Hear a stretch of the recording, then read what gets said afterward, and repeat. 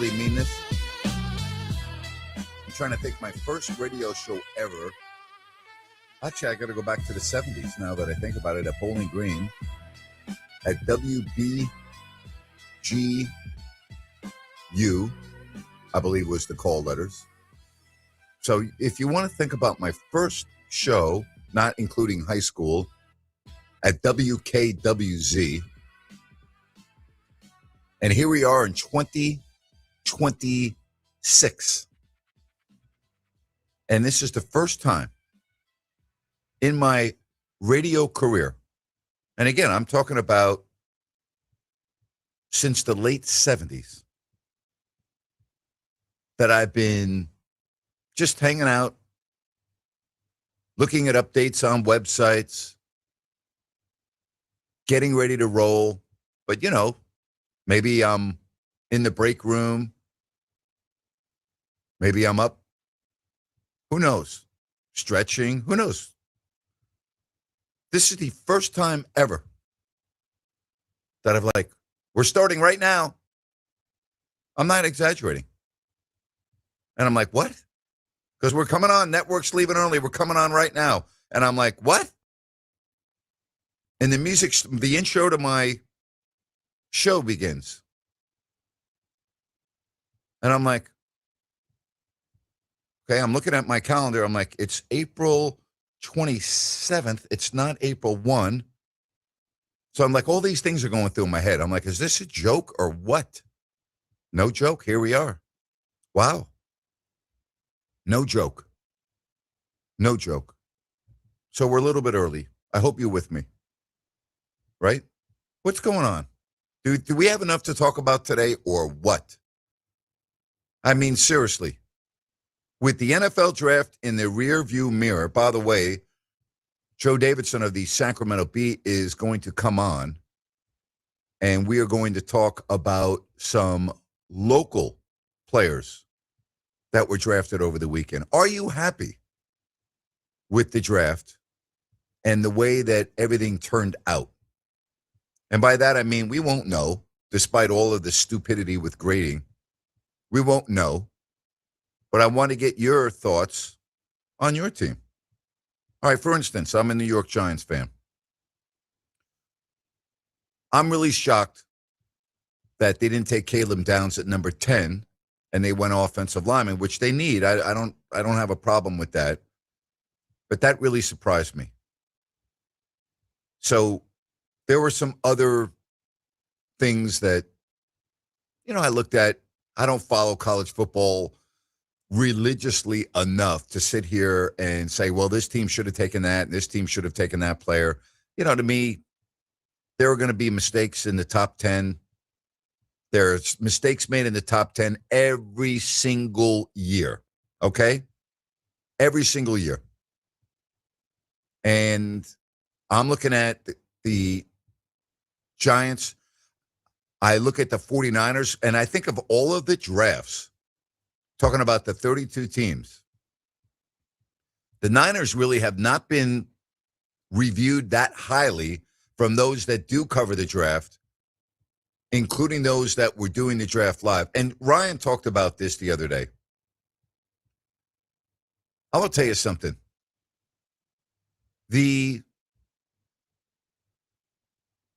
And we had a listener, Ryan wanted to give a gift card to Bennett. So it wasn't Ryan, I beg your pardon. It was one of our people on the chat line. What happened during the draft with the Buffalo Bills player being drafted, and I can't remember who it was, with the individual representing the Bills talking about the 2016 draft and not even being able to pronounce the 35th. All right, it was an embarrassment, and whoever said that on Friday does deserve something. Okay, because Roger Goodell needs to be the person, okay? I mean, seriously, needs to be the person that makes the formal announcement. Can you imagine completing a dream, okay? An absolute lifelong dream. and you are always going to have that as your memory? I mean, does it get any worse than that? I really mean that. It's embarrassing. It's absolutely embarrassing. There is no other way to say it. It's embarrassing. Incredible. All right, what do you want to talk about today? We've got the NBA playoffs. What do you think? What do you think is the number one series now on the board? In other words, what's the game that you want to watch the most? What do you think? Hit me up. Chat line, phone calls, 916-779-0929. Joe Davidson, Sacramento Bee, as I said, coming up at 4 o'clock. We have got tomorrow, Sean Salisbury. We've got Olden Polynice on tap, as always this week. No show Thursday.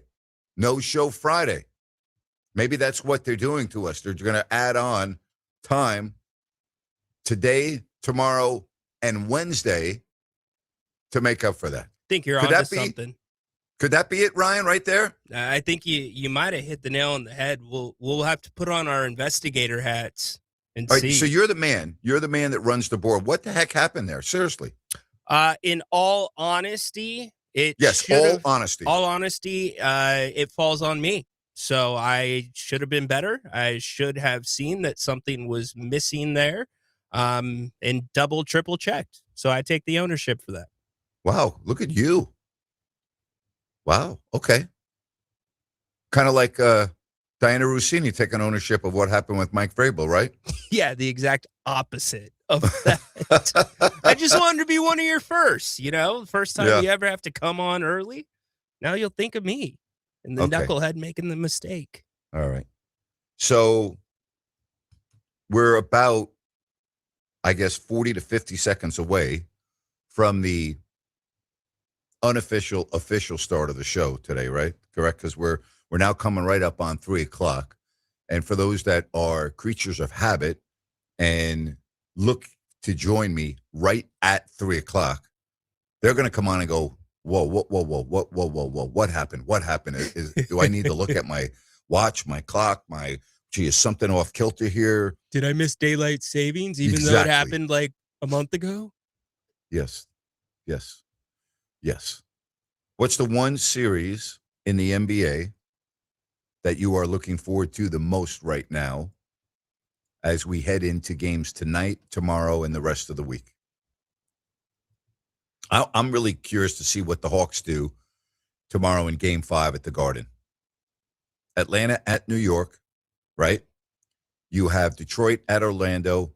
When I say tomorrow, I'm talking about these games, tonight. Detroit at Orlando, Oklahoma City at Phoenix, Minnesota, Denver. I want to see what Denver does without Ant and without DiVincenzo tomorrow, all right? We talk about what I want to see. I want to see the Knicks and the Hawks. I want to see if Atlanta can make that Game 5 competitive in New York. Those are the two things that I'm looking forward to. Do you think Denver, without Anthony Edwards, who's out for the rest of this series in a couple of weeks, and without DiVincenzo, torn ACL, do you think Denver can make the comeback from 3-1 down? That's where we're at. That's why we're at. That's the question. Can they do that? So we're going to talk about that at 916-779-0929. If you are just joining us, I don't know what happened. Rhino's taking ownership on it, but, listen, we started a few minutes early, so no, there's nothing wrong with you. There's nothing wrong with anybody. It's just, you got to be ready to roll. I always take the Tom Coughlin approach. If you're not 5 minutes early, you're late. Well, I'm always early. I'm very rarely late. I'm just glad you were in that seat. I mean, you could have been in the break room. I know. Could have been in a different seat. I'm a Tom Coughlin protege. I'm ready to roll. You know what I mean? Like, I'm always early. I'm ready to go. If the flight leaves early, don't worry about Napes. He's there and he's on the plane. 5 minutes early is 10 minutes late. Yeah. Here we go. 916. Grant, what's going on? Did I miss the memo about the show starting at a different time? How about that? See, it's already starting. Huh? Grant, I was interested in your thoughts about Kerr and the Warriors. Rumors are saying the team is tired of his political views going public. Who's not tired of it?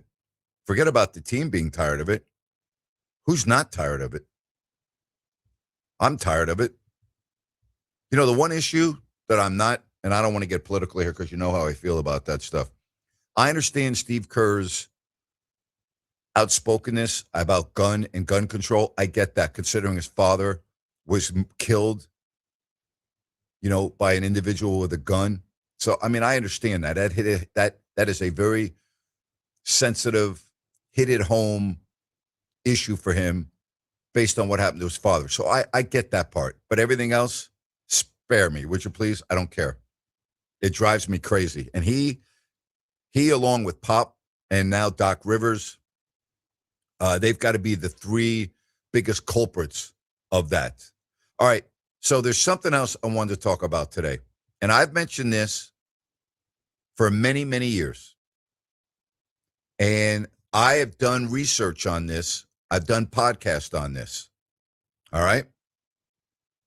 And I believe that the news today about Texas Tech quarterback Brendan Sorsby, who is going to get treatment for a gambling addiction, is truly the tip of the iceberg with men, if I can say men, in their 20s. I believe it is going to be an epidemic in this country. I believe it already is approaching that based on the research I've done and the people I've talked to. And I believe that the gambling that is done primarily by young male adults. So I'm going to classify that category as males, men in their 20s. I'm not saying that women don't gamble, but I'm saying that the epidemic that is going to become the norm, right? The newest, the new, I guess I'll call it epidemic, that is going to be now and in the future is going to be these type of stories. And there are many, many, many, many, many Brendan Sorsbys out there that have not yet gone in for gambling addiction, but should. And so this is going to be constant, I don't want to say every day, but it could very easily be every day, news. And the only reason why we're hearing about this is for obvious reasons. Okay? This is one of the real standout collegiate players that is coming back, or at least was scheduled to come back to play in the fall. This is not a shocking story. This is not a story that made me raise my eyebrows. This is a story that is going on all over the world, not just the United States, but in the UK and other places where online sports gambling, okay, is legal. And I'm not being a hypocrite here. I'm being very transparent. I've done advertising for sports gambling websites, businesses. Ryan does. I have been very open about this. I have not ducked the issue. I haven't said, well, gee, I'm not going to talk about this because I'm doing, a advertisement for this gambling company or that. I have always taken the notion with this, okay, that it is your life and you need to live your life the way you want to live it. However, I've always been aware and concerned about the effects that this is having on our men, particularly those in their early part of their 20s, as it relates to the frontal lobe of your brain not being fully developed. It affects, in many cases, decision-making and the impacts of being young at that age, the access via online gambling. And I just think now and if you want to talk about our athletes, which in this case, we're talking about Sourceby, the money that these athletes now have at their disposal at a very early age, in this particular case, is only contributing to this. Sports wagering, by the way, is now allowed in 39 states, okay? Gambling advertising is on your TVs. It's on the radio shows that you listen to. It is everywhere, okay? Including our news outlets. You can bet on predictions. You can bet on anything. That's where we are at. Now, again, we're not talking about an amateur athlete here. Let's just call it the way it is. We're talking about basically a college player that makes a professional type of an income. And I'm just wondering how many other, and if I keep it to sports right now, not just sports gambling, how many of our college athletes, all right, are just like Brendan Sorsby, but have not yet gone in to gambling addiction. So, this is, again, I think the tip of the iceberg. And I think that there are going to be many, many, many other stories just like that. I really do. I think you're going to hear a lot of stories like this coming up in the very near future. All right. 916-779-0929 said even in those 11 states that don't have gambling, they get a lot of temptation off the national broadcast. It's everywhere. You can't watch a sporting event without seeing all of these gambling advertisements. It's basically impossible. Well, you can't live in America, and I'll just keep it to America for right now. It doesn't matter what you're watching, whether it's a news program, whether you're watching sports, whatever. It's everywhere, all right? Listen, we have it here on this radio show, on this station. I get it. It's everywhere. It's not for me to tell you what to do with your life, but I'd also would be remiss and naive if I didn't talk about the issues that are associated with something of this magnitude. And that's where we are at. Let me add, and again, I'm telling you, Ryan, this is just the tip of the iceberg. Yeah, let me add one thing in. Normally with states that have straight up legalized gambling, right? It's a cash bet. It's something from your bank account. With many other the prediction markets, whatever it might be, they take credit cards. And so when you have, to double down on your point, 18-year-olds, 19-year-olds, 20-year-olds that become eligible for credit, sometimes in large amounts, that can turn into a complete mess because you're betting Okay, money. let me stop you right there. Are you allowed in the 39 states where it is legal to be can you bet legally if you're 18? Isn't there an age restriction? You know what? You're probably right. 21. Right. So let's be careful about the information we're putting out when we say 18, because I want to make sure that we're factual here. Okay. Let me draw the line between the two. I think what I said is when you're 18 years old, you can become available for credit, right?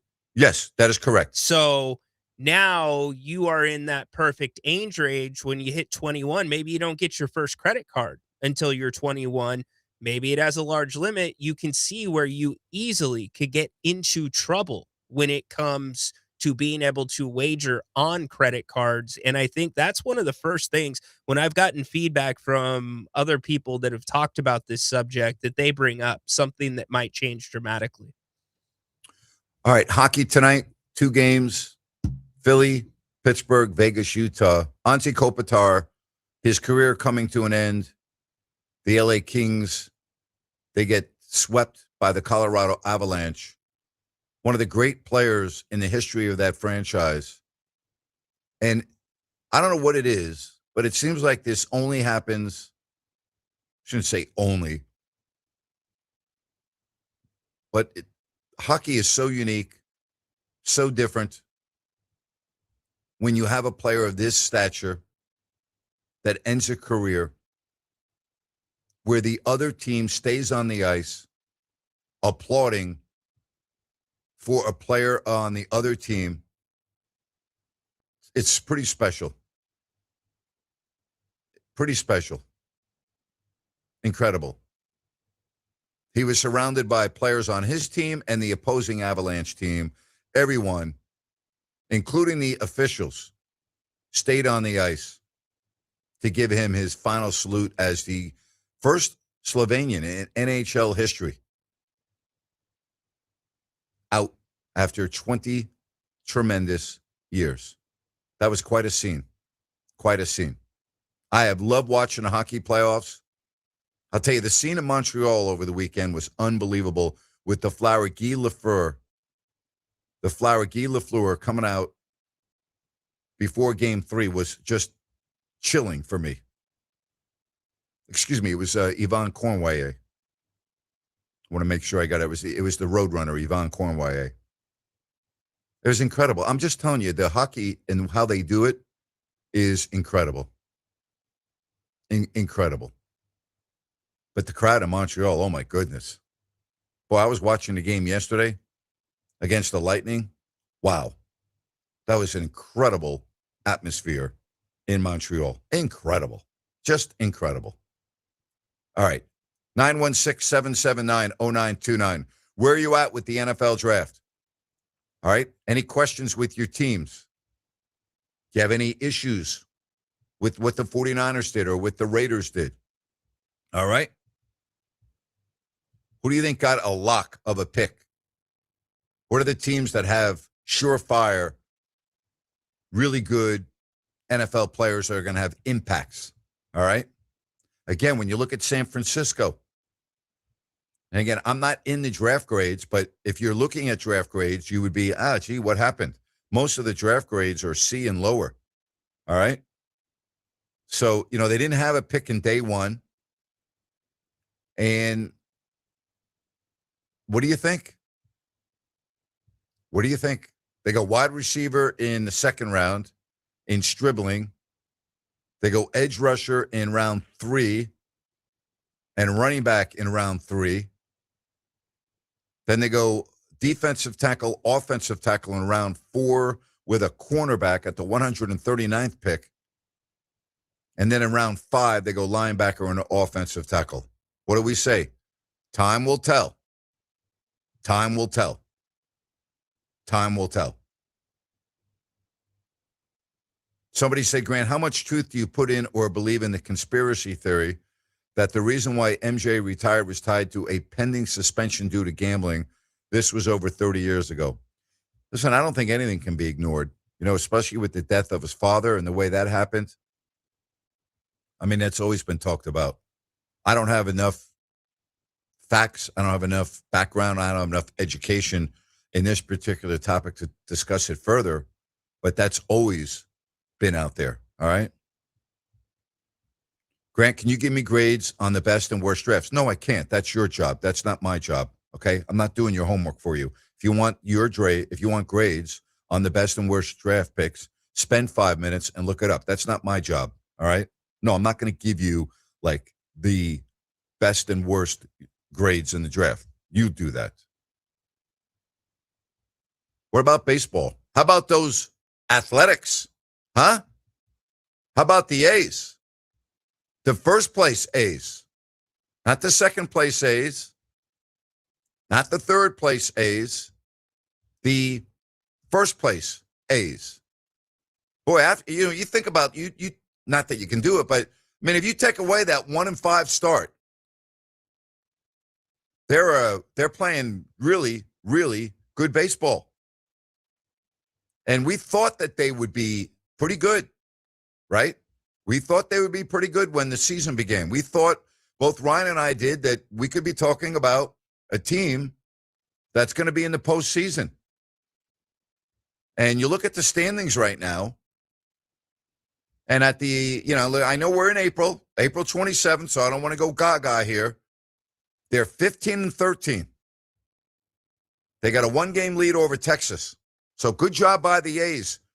Again, especially when you look at how bad that season started, getting swept at Toronto and losing 2 of 3 against Atlanta.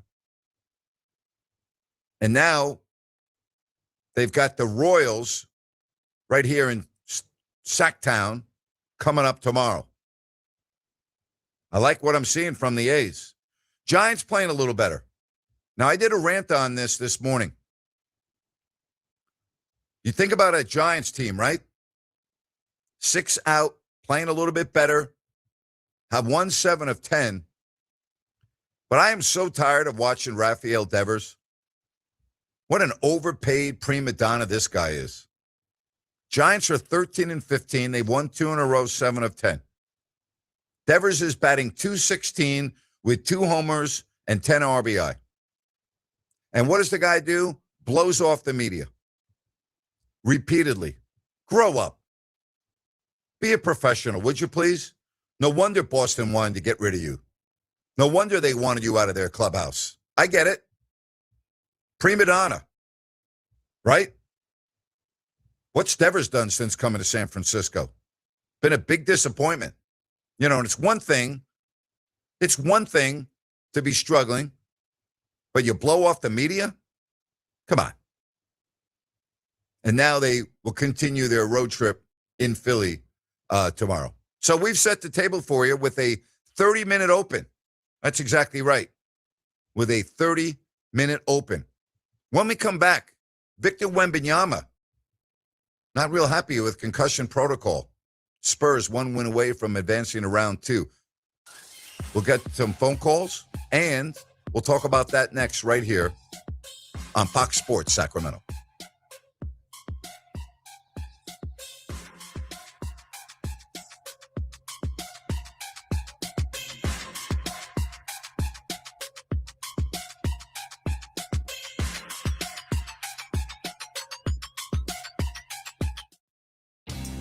You've been saying you're going to pay better attention to your home's honeydews. Check one off your list right now by calling Gabrud Services to schedule a 12-point inspection of your home's electrical system. The safe rule of thumb is every 5 years for an inspection. If it's been 5 years or more, call Gabrud's now. A qualified technician will provide a thorough inspection of the electrical system to ensure it's safe or alert you to potential problems. At Gabrud's, electrical work is all we do. We are the area's recognized experts for anything electrical, and our number one priority is ensuring your home and family are safe.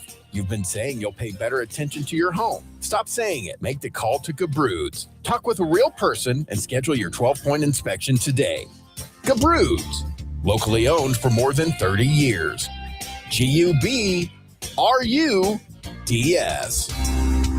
Call the good dudes at Gabrud's. Gubrud's. Gabrud's.com. Are you or do you know a veteran or a family in need of a heating or air conditioning unit? If so, go now to dasmechanical.org and nominate yourself or someone you know to receive one with installation being donated by our neighbors at DAS Mechanical. We all know this past year has been tough for some in our community. Nick Delancey and his DAS family want to give back, and they're excited to give back, just like this, to help out a veteran or family in need. It's very simple to enter. Go to dasmechanical.org, click the 2026 HVAC System Donation tab, and fill out a very short 6-question nomination form. That's dasmechanical.org. Click the 2026 HVAC System Donation tab and fill out the short form. DAS Mechanical, family owned and proudly serving our community for years. Nominate now at dasmechanical.org. That's dasmechanical.org. Why'd I go to the doctor? Working on the farm, my heart kept skipping a beat. I didn't think much of it, but my daughters made me get checked out. Turns out I have atrial fibrillation, which increases the risk of stroke about 5 times. Symptoms like irregular heartbeat, heart racing, chest pain, shortness of breath, fatigue, or lightheadedness can come and go. But if it's AFib, the risk of stroke remains. If you have symptoms, contact a doctor. I'm so glad I did. Visit notimetowait.com. Sponsored by Bristol Myers Squibb and Pfizer. You took the first step and quit smoking, but even former smokers may still be at risk for lung cancer. That's why SaveByTheScan.org wants you to know about a new low-dose CT scan that can detect lung cancer early. It takes only 60 seconds and could save your life. You took the first step, now take the next. Visit SaveByTheScan.org for a simple quiz to see if you're eligible and talk to your doctor about screening. SaveByTheScan.org is brought to you by the American Lung Association's Lung Force Initiative and the Ad Council.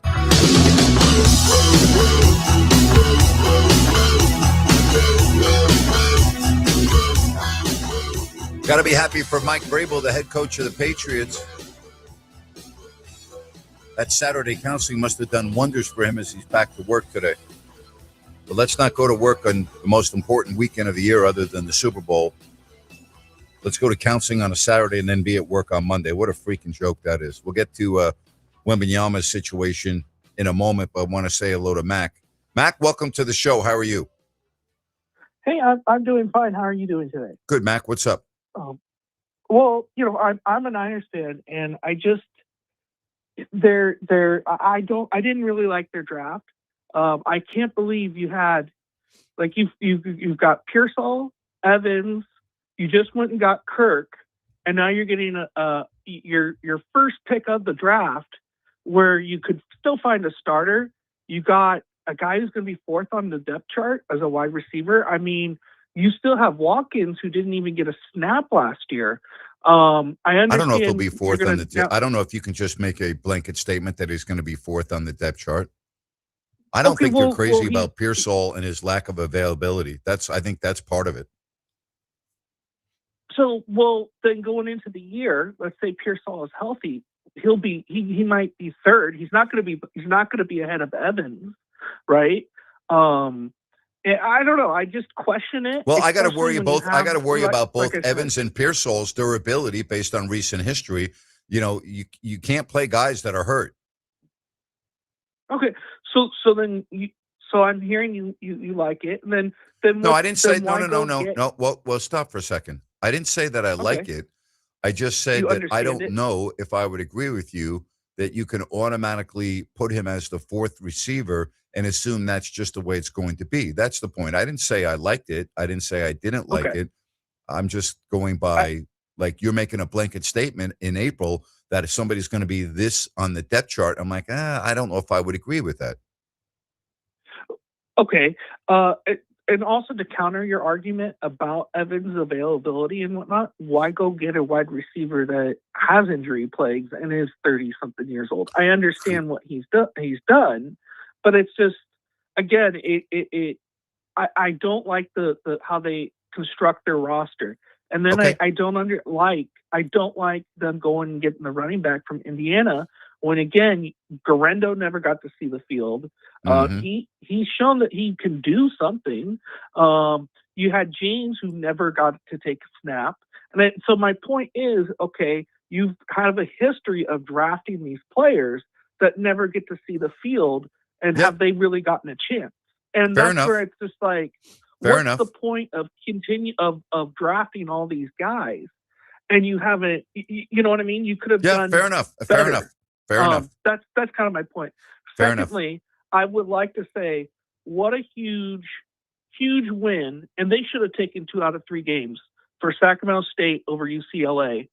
Beat in baseball, taking down the number 1 team. They now they took 2 out of 3 against LSU. They beaten Kansas when they were ranked 2nd overall in the nation, and they beaten Kansas. You know how you talked about, and I know I don't mean to beat a dead horse, but you talk about the football program and how kind of they're biting off a little bit more than they chew. Imagine if they invested into that baseball program. If their locker room wasn't just a trailer next to the field. Yeah, listen, I agree with that. But baseball is not a revenue maker, unless for the most part. So you can't really compare it to football. It's just not a revenue maker. Even if you did all of that, it's just not.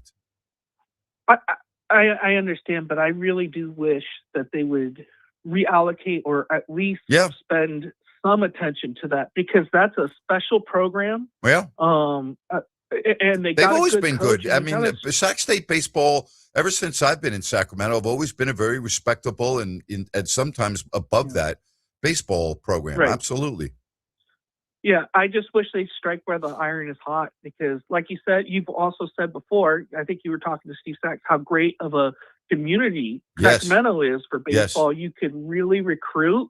And also this is a historical baseball town. I just wish, I don't know, I wish that there was some more investment in that team.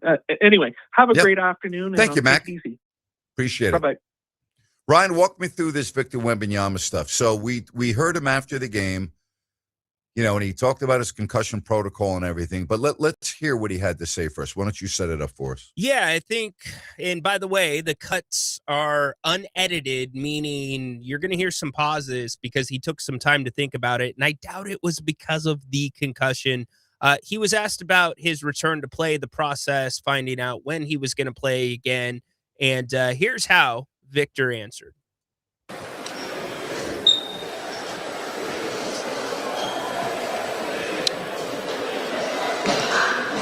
I won't get into the details. I don't want it to become a distraction. Ask me again after the end of the season. But again, all the doctors, especially on the Spurs, but the doctors all around, they were great. Took great care of me. But the way the situation was handled was very disappointing. Not on the Spurs again. So then he was asked a follow-up question about when the decision was made for him to return to play, and he decided, Grant, to dig back into things a little more. Feeling great. No, I mean, I've been feeling great. Even conditioning-wise, I did some cardio 2 days ago, so I'm fine. At what point tonight did they let you know for sure you were going to be able to play? Like, how long did you have to wait?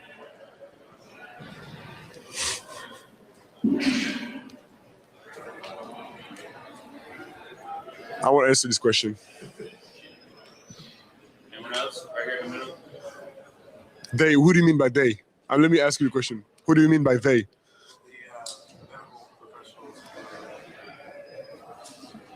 Okay, I won't answer.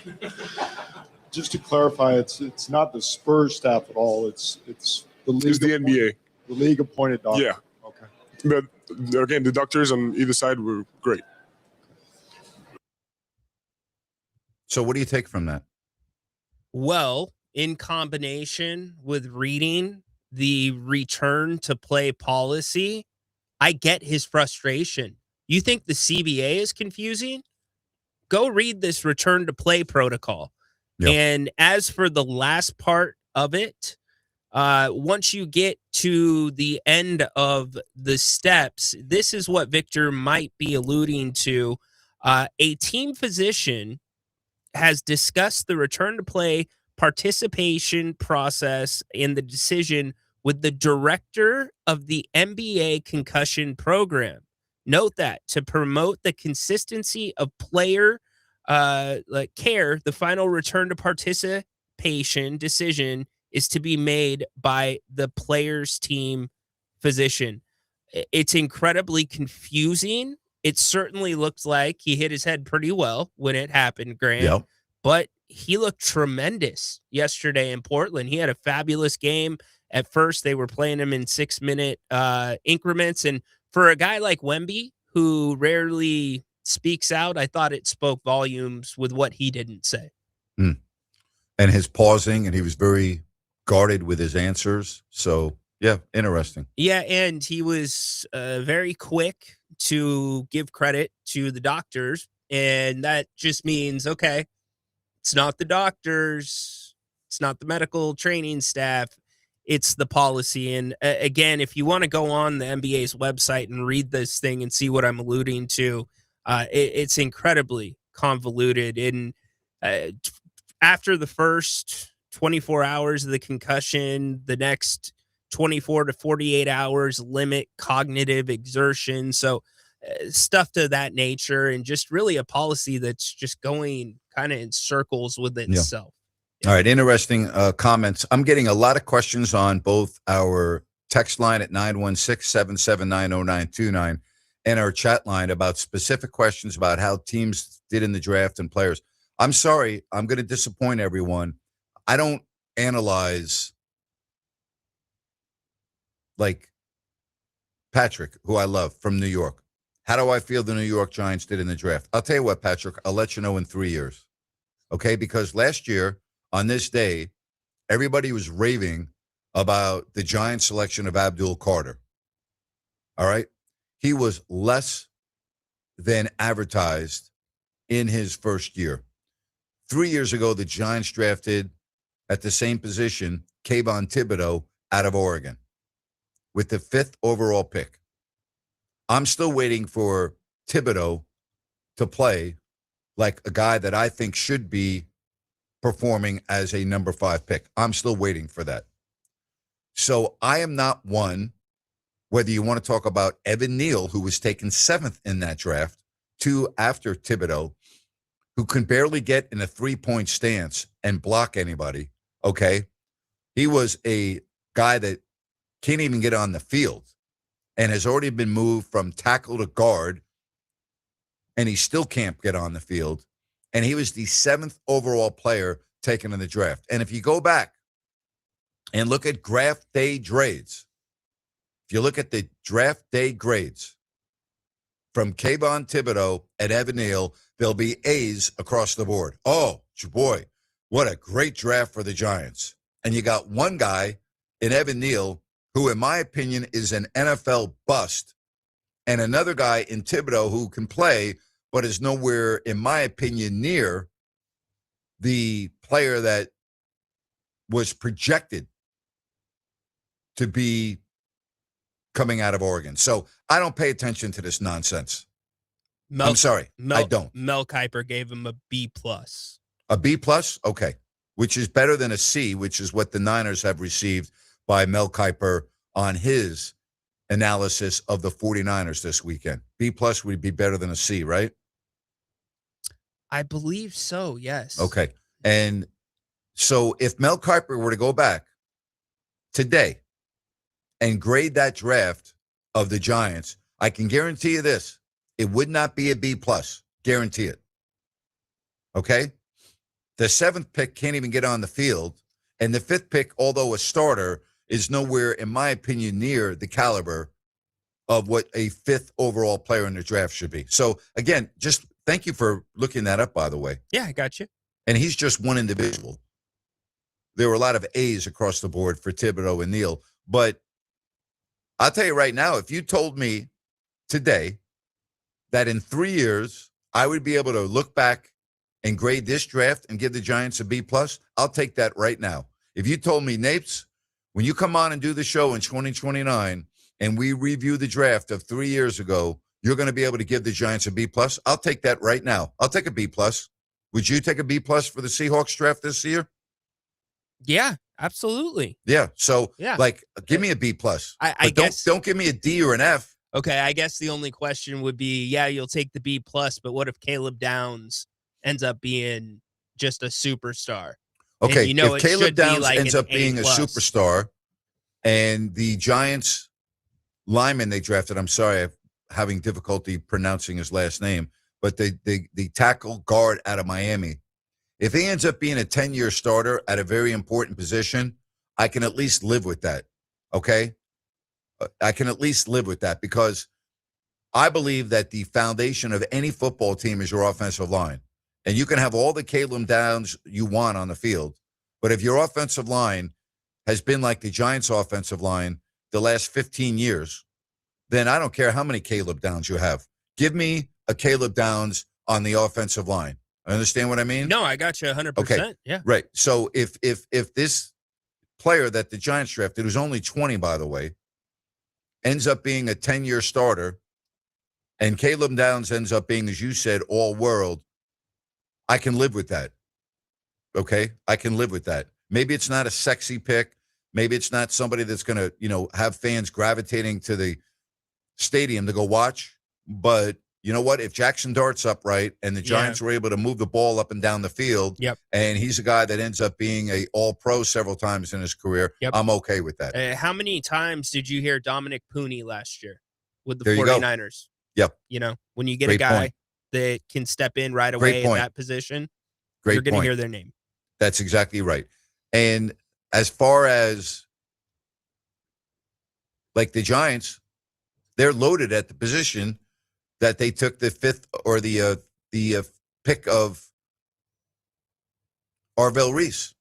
They're loaded. The Giants are loaded at that position. Burns is still there. Right? Burns is there. Thibodeau's there, right? Last year, Abdul Carter. But here's the deal.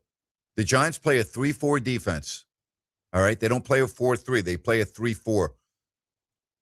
That group of players, including Thibodeau, they now have what is similar to what they had in 2011 and 2 years prior to that with what they called their NASCAR package. Right. You spoke about was that instrumental last week. in winning a Super Bowl for their constant pressure of Tom Brady. So, like, I'm okay. Here's the deal. When you're a bad football team like the Giants, you need good football players, period. And they got, in my opinion, a very good football player in Arvell Reese. Now, could he be an underachiever? I guess he could. Would have I taken Sonny Styles because of being a more of a prototypical inside linebacker, middle linebacker / time will tell. Time will tell. But Arvell Reese, by many NFL observers, was the second or third best prospect in this draft. And he now is available at 5. And the Giants did not think that he was going to be available at 5 and was the best player on their board at number 5. And the fact that they already had Abdul Carter and the other two that we mentioned, they were like, we have to take him. He's the best player available. I'm fine with that. I have no problem with that. Big Al, what's going on? You're on the show with Grant Napear. How are you today, sir? Hey, Mr. Grant Napear, sir. Well, I'm in agreement with both you guys. First of all, I'm an Ohio State Buckeyes fan, first of all. And let's face it, Downs started at Alabama. He was high quality, 5-star talent. Not only that, is the person who he is, I think, is a plus. Maybe that helps rub off on him as Cowboy mates because they could use that sometime. I think he's going to be not just skill set, but his intelligence that will help them. Although I would say the Giants, I thought, had a very nice draft too, very nice. And as on Arvell, I watched him. He's kind of a weird position type. I think Sonny Styles, he is, from a dad who played NFL, quality guy, and he's good. He could be a great pick for those Redskins. Oh, excuse me. I'm sorry, Commanders. Yes, Commanders. I know, my bad. I'm sorry, Grant. Forgive me. I don't want to hurt anybody's feeling there. So I didn't want to get in because you made yourself clear. Last week made it clear before the draft, and we don't know. You can't judge, as you said, and I don't know if you did the metrics, but I'll say this: I don't think you can judge any GM team organization for 3 years after a draft and say, "Wow, now they could be called an A or a B or a C based on what happened afterwards." But with that said, I like Sonny Styles too. I really do.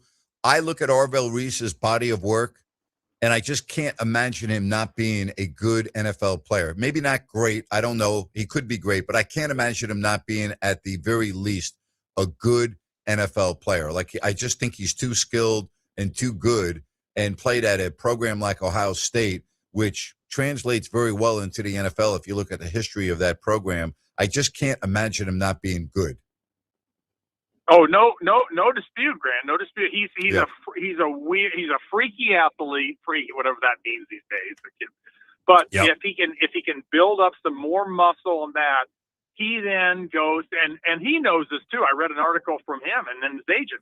He would like to put on some pounds, 20, let's say, muscle mass up, and get out in that edge. Because you know why, Grant? It's all about the jack, Mr. Napear, sir. It's all about that money. And edge players are like the quarterbacks on the offense. They are going to get paid, and paid big time. That's just the way it's been going. always good to have you on the show. Thank you. Have a good day, my man. You too. Don't forget Joe Davidson of the Bee coming up at 4 o'clock. We'll take the break. So much going on today, right here on Fox Sports Sacramento.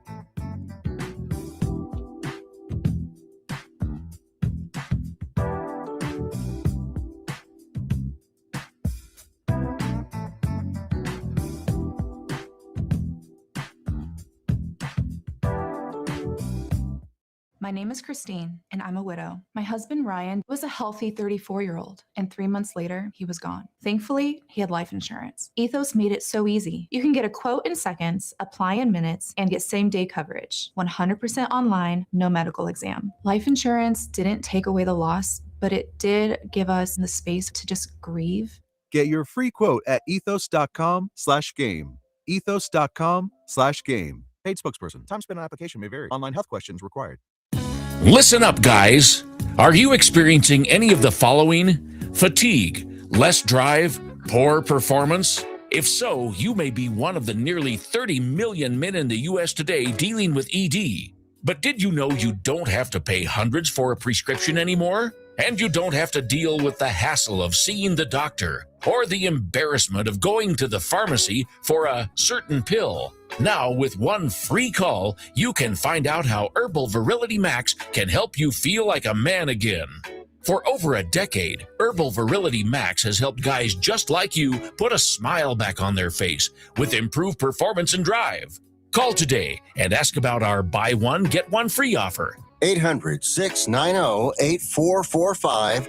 800-690-8445. 800-690-8445. That's 800-690-8445. Have you ever tried to buy gold and silver and felt like you were talking to a used car salesman? That's because the precious metals industry is like the Wild West. Salesmen can say pretty much anything or make any promise they want without repercussion. But Genesis Gold Group is different. They're a faith-driven Christian precious metals company and believe in educating their customers, not pressuring them for a quick sale. Genesis Gold Group focuses on customer service, not sleazy marketing. Genesis Gold Group is named after the first book of the Bible for a reason. Proper stewardship of wealth is their specialty. Find out why they've earned a 5 out of 5 rating through the Better Business Bureau and how they can help you secure your wealth or retirement through physical precious metals. Call right now to learn more. 800-497-8464. 800-497-8464. 800-497-8464. That's 800-497-8464. Wouldn't it be great if life came with a remote control? You know, you could hit pause when you needed to, or hit rewind.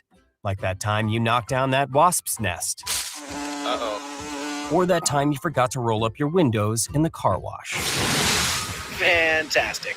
Yeah, a remote control would have come in handy then. Well, life doesn't always give you time to change the outcome, but prediabetes does. With early diagnosis and a few healthy changes like managing your weight, getting active, stopping smoking, and eating healthier, you can stop prediabetes before it leads to type 2 diabetes. It's easy to learn your risk. Take the 1-minute test today at doihaveprediabetes.org. Life doesn't come with a remote control. Yikes! So you're on your own with the wasps. You have the power to take control of prediabetes. Visit doihaveprediabetes.org today. That's doihaveprediabetes.org. Brought to you by the Ad Council and its Prediabetes Awareness Partners. Hi, I'm Ryan Blaney, a third-generation race car driver, and I dedicate a lot of my time going fast. But when my grandpa was diagnosed with Alzheimer's, it was a very unexpected bump in the road for us. It's important to notice if older family members are acting differently or having trouble with routine tasks. Early detection of Alzheimer's can give your family time to explore support services and access available treatments. If you or your family are noticing changes, it could be Alzheimer's. Talk about seeing a doctor together. Visit alz.org/time to talk. A message from the Alzheimer's Association and the Ad Council.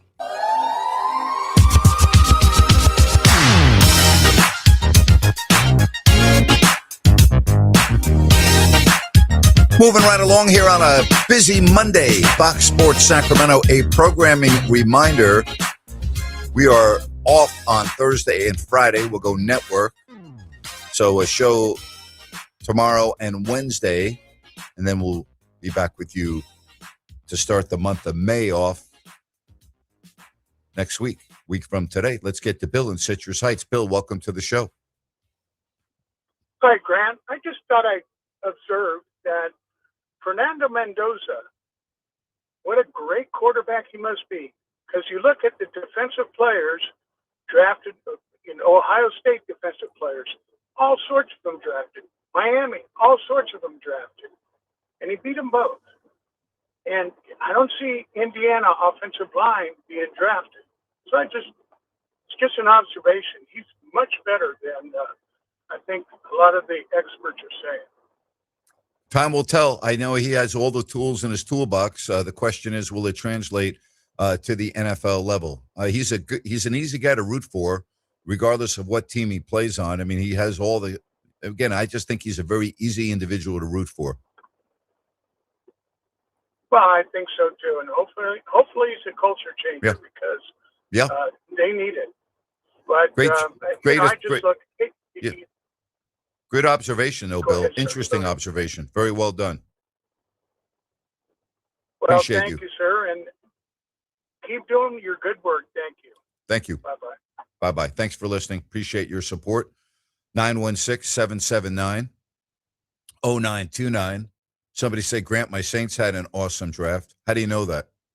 How do you know they had an awesome draft? Just curious.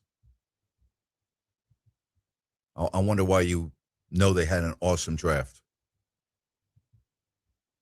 I love the people that can always tell whether their team had an awesome draft or not.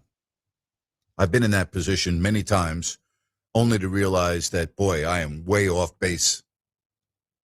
No, it wasn't an awesome draft. It was a terrible draft. Hey, we got him. We got the texture. You got a B from Mel Kiper. There's your B. The Saints got a B? They got a B. Wow. Okay. They got a B as in night in the box. Spends a night in the box. A B in the box. Okay. There you go.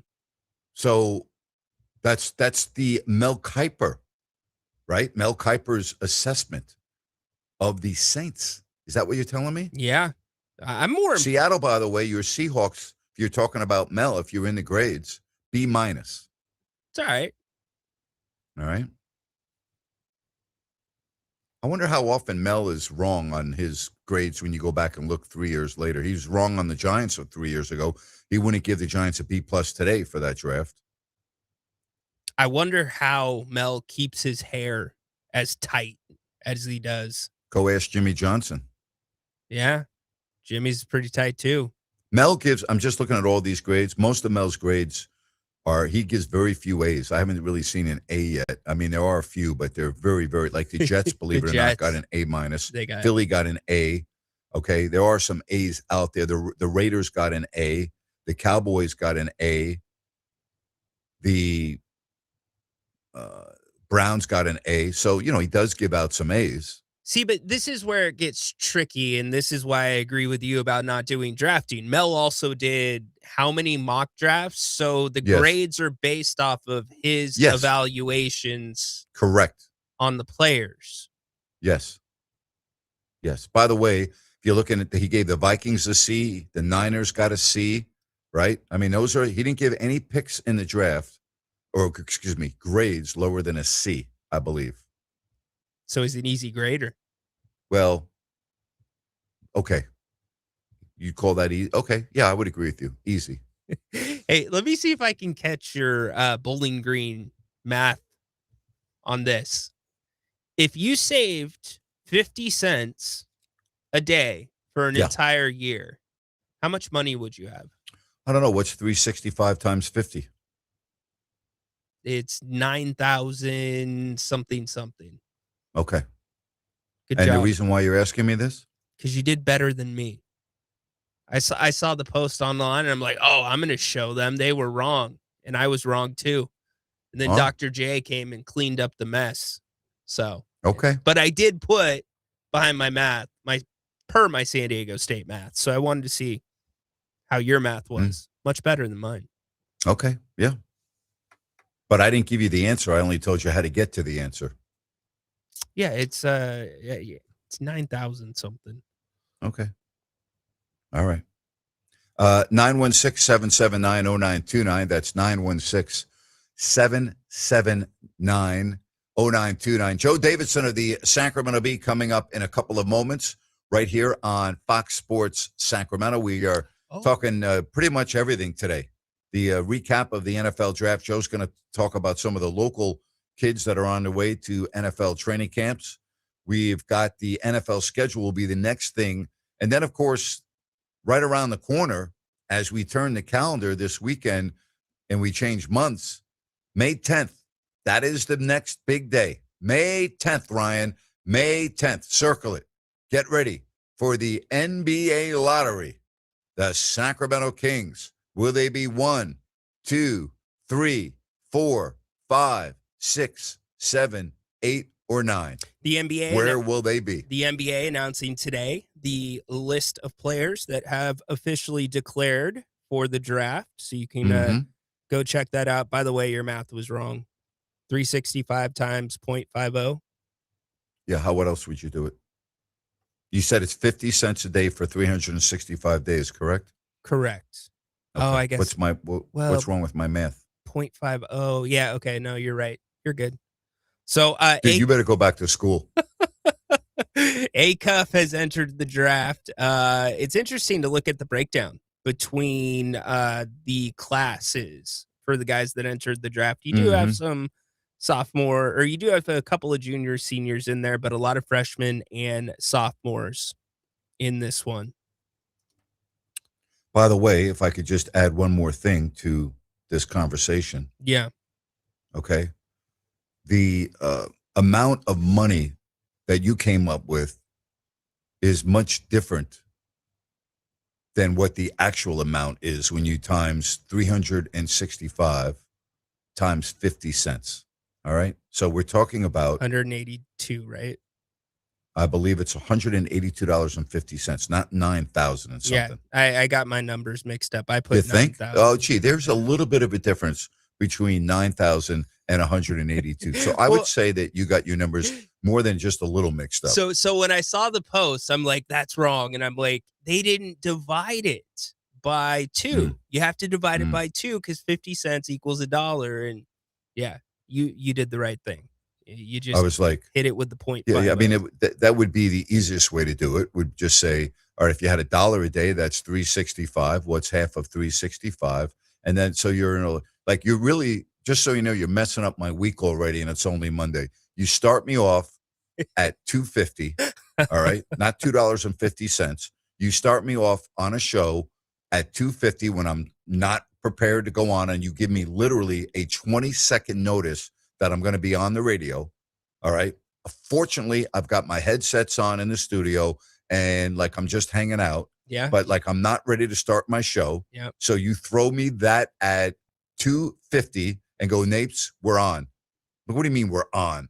And then you're telling me that 50 cents a day for 365 days is 9,000 or something. And I'm like, nah, that can't be it. But I'm thinking about what I'm going to talk about next. I'm thinking about what am I going to ask Joe Davidson. I got all of these things in my mind. And then you're off by nearly $9,000 on your 50 cents a day. Okay. You're off by almost $9,000. You're not just a little off. All right. You're not just a little off. Yeah. And yet, you know what's amazing to me? What's that? Is you're able to do prize picks every single night and nail it for cha-ching, but you don't know you can't even do a simple math equation. Yeah, they do the math That's for me. That's a little bit bothering to me. They do the math for me, buddy. I bet you Joe Davidson would have come up with that much quicker than you. Joe Davidson of the Bee. Coming up next, right here on Fox Sports Sacramento.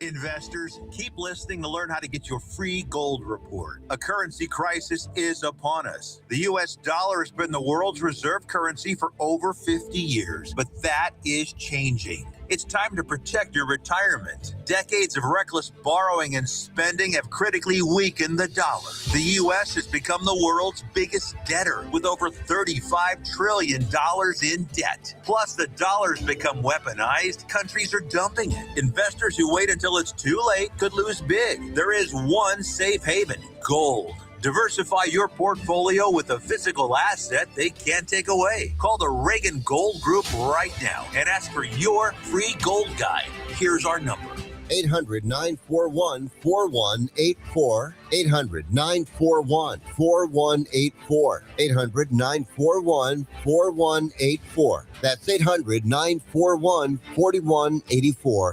Are you or do you know a veteran or a family in need of a heating or air conditioning unit? If so, go now to dasmechanical.org and nominate yourself or someone you know to receive one with installation being donated by our neighbors at DAS Mechanical. We all know this past year has been tough for some in our community. Nick Delancey and his DAS family want to give back, and they're excited to give back, just like this, to help out a veteran or family in need. It's very simple to enter. Go to dasmechanical.org. Click the 2026 HVAC System Donation tab and fill out a very short 6-question nomination form. That's dasmechanical.org. Click the 2026 HVAC System Donation tab and fill out the short form. DAS Mechanical, family owned and proudly serving our community for years. Nominate now at dasmechanical.org. That's dasmechanical.org. Listen up, guys. Are you experiencing any of the following? Fatigue, less drive, poor performance? If so, you may be one of the nearly 30 million men in the U.S. today dealing with ED. But did you know you don't have to pay hundreds for a prescription anymore? And you don't have to deal with the hassle of seeing the doctor or the embarrassment of going to the pharmacy for a certain pill. Now, with one free call, you can find out how Herbal Virility Max can help you feel like a man again. For over a decade, Herbal Virility Max has helped guys just like you put a smile back on their face with improved performance and drive. Call today and ask about our buy one, get one free offer. 800-690-8445. 800-690-8445. 800-690-8445. That's 800-690-8445. Wouldn't it be great if life came with a remote control? You know, you could hit pause when you needed to, or hit rewind. Like that time you knocked down that wasp's nest. Uh-oh. Or that time you forgot to roll up your windows in the car wash. Fantastic. Yeah, a remote control would have come in handy then. Well, life doesn't always give you time to change the outcome, but prediabetes does. With early diagnosis and a few healthy changes like managing your weight, getting active, stopping smoking, and eating healthier, you can stop prediabetes before it leads to type 2 diabetes. It's easy to learn your risk. Take the 1-minute test today at doihaveprediabetes.org. Life doesn't come with a remote control. Yikes! So you're on your own with the wasps. You have the power to take control of prediabetes. Visit doihaveprediabetes.org today. That's doihaveprediabetes.org. Brought to you by the Ad Council and its prediabetes awareness partners. The voice of Sacramento sports is back. Hear Grant Napear every weekday beginning at 3 right here. KSAC 890 AM Olivehurst, K284 CM 104.7 FM Sacramento.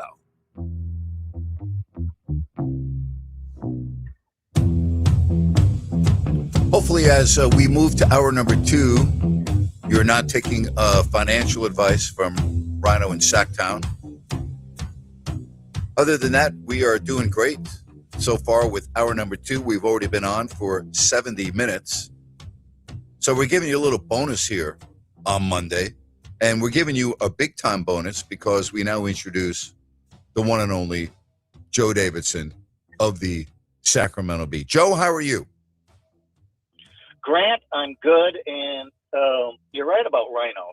He's a man of many gifts and talents. His mathematics are not one of them. And yeah, I mean, if you save 50 cents, yeah, I mean, Joe, think about this. You know, Ryan would be a heck of a financial investor if he told you if you save 50 cents a day for 1 year, you'd end up with over $9,000. And I'm like, okay, well, and it comes out to $182.50. Yeah, he's got the decimal point going the wrong way. Rhino needs to hold on to this job, Grant, because if he winds up as a used car salesman and his percentages and interest rates, no good. And he'd be adding it with his fingers. You know how they look up in the eyes, counting calculators. Now he's beyond it. But Rhino is a talker. He's a terrific fill-in host. He's a producer. He's not a math guy. I mean, some people have their strengths. Yeah. All right. Your strength is we can't everything. Judge. We can't judge, but we will anyways. Your strength is everything sports in Sacramento, and you're all over it. Since it's basketball season, and we're a few weeks removed from college basketball, before we get into NFL draftees and free agents from this area, give me the good and the bad about Mike Bibby's first year, but looking ahead to year number 2 and what the team may look like. Good question, Grant. Good to join you. So Mike Bibby in his first year at Sacramento State went 10 wins, 4 losses at home. Every home game, a sellout, overflow of 3,000 or so people in the new venue on campus next to the football field, the Pavilion. Fantastic. The bad, 0-17 on the road. And they were the other bad was they were down to 7 healthy bodies for the last 5 or 6 games. And then another layer of bad is the 5 starters that played so well at home. They're all gone. And one of them's graduating. That's Shakir O'Neal, son of Shaq, first signee for Mike Bibby. And then Prophet Johnson is a senior, but he's transferring. He's in the portal. And he's got like 10 guys total in the transfer portal. So the transfer portal is great because you could revamp a roster, but then it can also be the reverse where you have to revamp your roster. Sometimes it's good to get new blood, things like that. And Bibby, in a Sacramento Bee story this week, Bibby said, or last week, he said he likes the one transfer rule that could ever be implemented. Otherwise, we have this massive turnover all the time. So here he is trying to refill his roster. He won't have a hard time doing it because there's way more players than there are scholarships available. But here's what's interesting. So this week, on May 1st, on the Roku channel, as I do a little promotional thing, Sac State has a 5 or 6 part mini series on behind the scenes of Sac State basketball, which sounds interesting. I think Mike Bibby is interesting. But what's interesting beyond that, which might not make it interesting, Grant, is all the players that they really profiled are gone. So, the documentary done during the season, those guys are gone. So we'll see. Yeah. I'll still watch, but it's just kind of, that's the nature of college basketball and college football. So with that said, got a whole new roster of transfer guys. Yeah, so that's the biggest challenge, correct? And by the way, this is not unique to Sacramento State. Every college is going through this, even the big colleges, even the top colleges in the country with the transfer portal. So as we have year 1 in the books for Mike Bibby, what do you think is his biggest challenge that remains ahead to get this program to where he wants it to be and where the fans ultimately want it to be? What would you say the number 1 challenge is? Probably roster retainment. If you're going to go out and recruit, and it's an exhausting part of this business, we get it, same with football. You want to be able to keep these guys. You don't want them just for 1 year, and that's the frustration he had with all these transfers going out. And they just lost out on NIL money. There's schools that are just offering more. That's the business of it now. So he's got to be able to retain his players. They already have a nice little venue. They're in a perfect conference now, starting this fall. The Big West, which is Long Beach State and UC Riverside and all those Southern California schools. So it's right there in state, which is better than the Big Sky. I think he'll be able to recruit. I think he'll get guys in here, but you got to be able to keep them. The 1 year deal is not healthy for college athletics. We get it. That it's great for the opportunities for an athlete, but this coming and going. I mean, players feel disrespected too often. We see it in high school. Oh, I feel disrespected. I want out. And so their answer is to go into the portal. Well, sometimes you gotta, I know the coaches move, but the players move way more often. There's more players too, but so that's the biggest thing he's got to do is keep it. I asked him, are you still enjoying this? He goes, no, I still love it. It's what I want to do. He goes, it's gonna take time. remember, Grant, this is a climb that Sac State basketball's had for years. Sac State moved from Division II to Division I in 1991 in men's basketball and have produced 2 winning seasons since. So the climb is high for everybody who's coached that gig. Joe Davidson of the Sacramento Bee joining us right here on Fox Sports Sacramento. Joe, no local players drafted over the weekend. Is that unusual compared to past years? Yeah, yes. And we have, if we continue, if we go through your whole signal, your range, we go through Stockton. So there was one drafted from Stockton. I'll touch on him in a second. But sure. Yeah, it's interesting. I was thinking about that earlier, Grant, where National Football Signing Day, we used to have 30, 35 guys who would go to Division I or 1AA. That's FCS or FBS. And now we're, in the last 2 to 3 years, we're down to 18 to 22. And we have more schools. And football's never been better. So why is that? Well, I think the portal's a big reason. So it backlogs there. Junior college rosters have never been so full. People could recruit through the portal. They could recruit people who've already been vetted through the NCAA 2 system. But this area's got so much football talent. They're not all going to get drafted. Grant, you and I are old timers. We remember when there were 17 rounds. Sure. There would have been several guys drafted. Now we're down to 7 rounds for the last so many years. The players seem to like that because they could pick and choose more. Yeah. The one local in this whole general region, running back Jonah Coleman out of Stockton native, University of Washington, powerhouse running back, 4th round by the Denver Broncos. But we had several others who signed. Sion Sloan, linebacker out of Rockland High School in North Carolina State, signed an undrafted rookie free agent deal with the Raiders. Michael Wortham out of Center High School, Sierra College, was a junior college All-American quarterback, All-American receiver at University of Montana, signed as an undrafted guy with the Jaguars. Eli Simonson of the UC Davis and the offensive line signed with the Patriots, New England Patriots. Manteca product, Jacob De Jesus, receiver out of Cal, Kansas City Chiefs. Sac State had several players who signed or who played for at least 1 year or 2 for Sac State. Zelmore Vetter out of Manteca with Kansas City, defensive back Rodney Hammond, running back with the Denver Broncos. Another running back, Elijah Tau Tolliver with the Baltimore Ravens. Receiver Michael Briscoe out of Vacaville High School, Cal Poly signed. So there's been a few guys. But yeah, I'm a little surprised. Doesn't mean it's bad football. Doesn't mean that at all. It's just hard to get drafted. Grant, you've seen enough Sac State, UC Davis football over the years, and these guys can play. That doesn't mean they're going to get drafted, but they have NFL people who come by practices all season long. But there's the practice squads. How many guys are at an NFL training camp, Grant? 100, and then you pale it down to 53. That's Have Rhino put that in his calculator and see if that adds up really nice. Oh my gosh, it's hard. It's hard out there. Joe, we always talk about best of all time.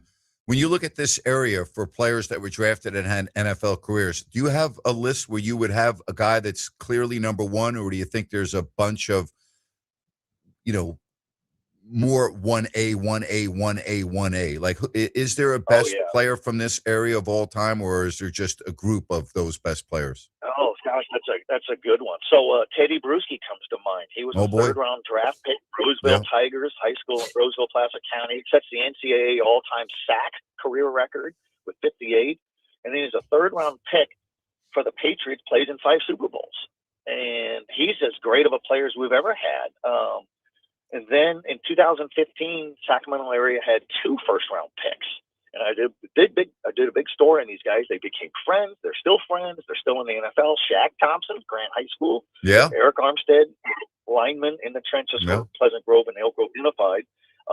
So there's that. Colton Miller was a first-round pick 6-7 years ago. Another Roseville High School product. He's still on the offensive line for the Raiders, and he was out of UCLA. How about Ken O'Brien? 1983.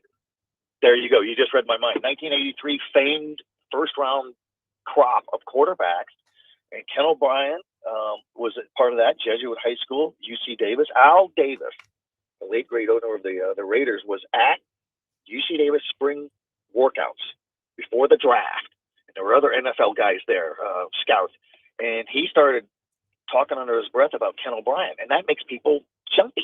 And so he probably got drafted by the Jets a little higher because of all that speculation. And the then irony Tony is Eason, that Bo Al Eason. Davis, Yeah. Exactly. And the irony is that Al Davis didn't draft any of those quarterbacks that year. So that's right. That's right. And Tony Eason was the same year, 1983, Delta High School on the Sacramento River, played at American River College and then University of Illinois. You used to call him Champagne Tony. He was in the first round by the Patriots. Takes the Patriots 2 years later to their first Super Bowl, Super Bowl 20. So he gets lost in history, but led them to their first Super Bowl. Ken O'Brien was a 3-time Pro Bowler.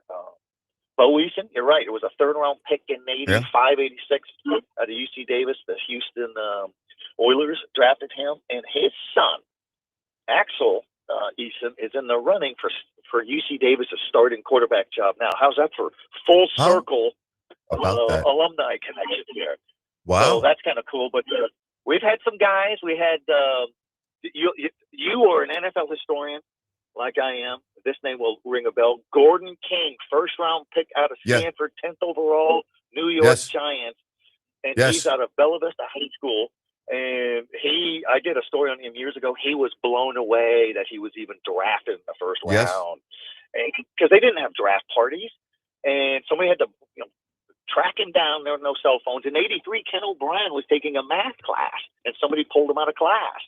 Hey, the Jets just drafted you. You don't need to take the final anymore. But we've had some great guys, and it's not going to dry up. Ian Book played in the NFL as an NFL draftee out of Oak Ridge High in El Dorado Hills. Jake Browning still in the NFL. He was undrafted because of the only 7 rounds, but signed for $200,000 some 6 years ago, which was a record signing bonus for an undrafted free agent. So these guys will play. It's hard. It's really cutthroat, as you know, and but they're there. And last year, Cam Scatterbo landed with the Giants, and Doug Riesenberg. I don't know how much you watched him. Yeah, exactly. Grant, I don't know how much you watched Cam Scatterbo, but how he played last year is exactly what he did in high school at Rio Linda and at Sac State and Arizona State. It was inhumane. It was unfair. Now it's a little bit more fair because he's going against guys who are, better. What's the latest on him? Is he healthy? The latest, yes. But here's my concern, and it has nothing to do with Cam Scatterbo because I don't know him. I've never talked to him.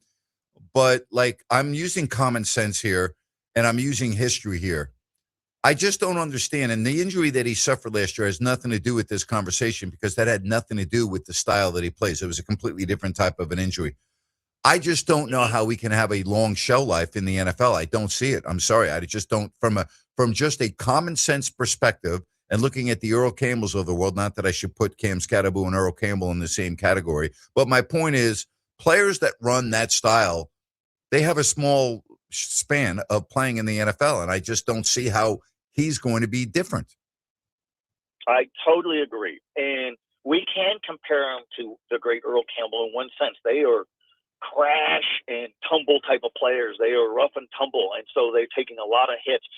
Cam Scatterbo loves contact, and he loves being a blocking back. He loves lowering his shoulder. I did a story on him during the draft last year, Grant, and there was a great old story from his youth. He used to tell his mother, growing up in Rio Linda, can we go outside so I could go hit? Okay, they didn't have a blocking sled, but they had telephone poles. I kid you not, he would put a helmet on and go hit a telephone pole. I don't know if he had shoulder pads, but at least they had the helmet on. But so that's the kind of guy we're talking about. Yeah. What's the latest He's with not gonna play Sac? a long time. Yeah, no. Speaking of a guy that was at Sac State before he transferred to Arizona State, what's the latest with Sac State football and their recent spring game? Do you take anything out of that?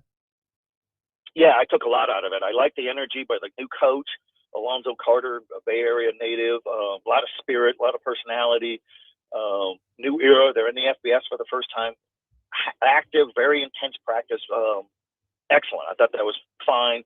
Sac State's weakness last year, Grant, was quarterback play. They didn't have any. They were terrible. Completing passes was a challenge. And so they brought back, re-signed Carson Conklin, Southern California native, who was a freshman All-American at Sac State 2 years ago, then transferred to Fresno State.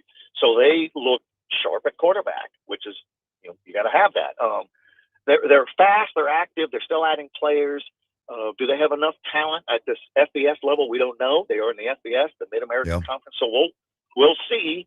But I like what I saw, and that's all you could ask for is at least effort. They got big time effort, and the guys seem to have, they back their coach. They like his spirit and his gusto. Yeah. Lance Briggs wants your phone number, by the way. He's like, did Joe Davidson forget about me? Oh, Lance Briggs. Let me size up Lance Briggs. Here we go. Let's just ask that question all over again. So, all right, who's an all-time great? Well, I'm going to go with Lance Briggs, Elk Grove High School, Thunder and Herd. That guy rushed for 300 and something yards in a section football championship, 2 section championships. Didn't have state football back then. Also played linebacker, big-time linebacker. Signed with Arizona, and 7-time Pro Bowler for the Chicago Bears. So he is an all-time great. And Lance Briggs is fun to watch on social media because he evaluates the Bears after games. He's not nice to the Bears. There's been a lot of C's and C minuses, but last year it perked up a little bit. So my man Lance Briggs, an all-time great guy, an all-time great player. So there you go. And a funny story on signing day, he's not sure if it's going to be USC or Arizona. And then there's this rumbling that USC says, I don't know if he could play Pac-12 football, Pac-10 football.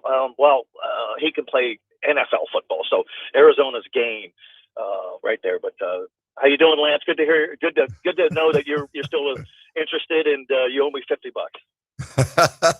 Hey, I got a call earlier, which I never received, and I know it's college baseball, but was talking about, Sacramento State baseball and what they just did to UCLA. Do you ever go out and watch Sac State baseball? Oh, it's a lot of fun. Reggie Christensen's the coach, does an excellent job. They're not having a great season, but they've had some great wins. They beat number 2 ranked LSU a few weeks ago, non-conference game, and then over the weekend they lost 2 games to top-ranked UCLA by a run, and then they beat them. So they're capable. It doesn't mean they're the number 1 team in America, but they play night games at home now. Not all the time, but they do a lot of night games, and that adds the atmosphere. I would highly recommend the Sac State baseball game. And they have some local kids on their roster, and they get guys who get drafted, guys who have been first-rounders, guys who bounce around the big league. So kudos to the Hornets in baseball. And they'll be in the Big West next year, which is going to be, I think, will really boost recruiting, interest, and attendance. One thing I meant to ask you the last time we had you on, and I ran out of time. So when we look at what's going on with the rail yards and the stadium that's being built for the Sacramento Republic, and we look at Sacramento State and where they're currently playing, and we've heard about talks about MAC and everything else.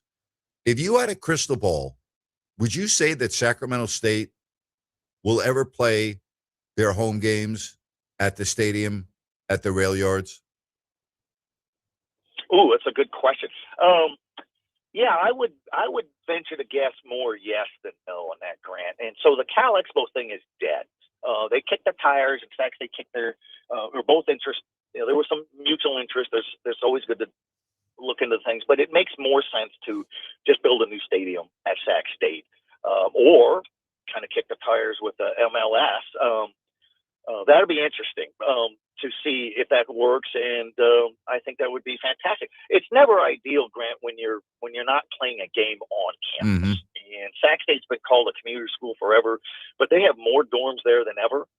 They have more students than ever, and they have more on-campus students than ever. So I just think having a stadium on campus makes all the difference in the world, and that's the same with UC Davis. I couldn't imagine UC Davis playing off campus. No way. I'm with you. Joe, always great to catch up with you. Thank you, man. Hope you're well, and we'll catch you down the road.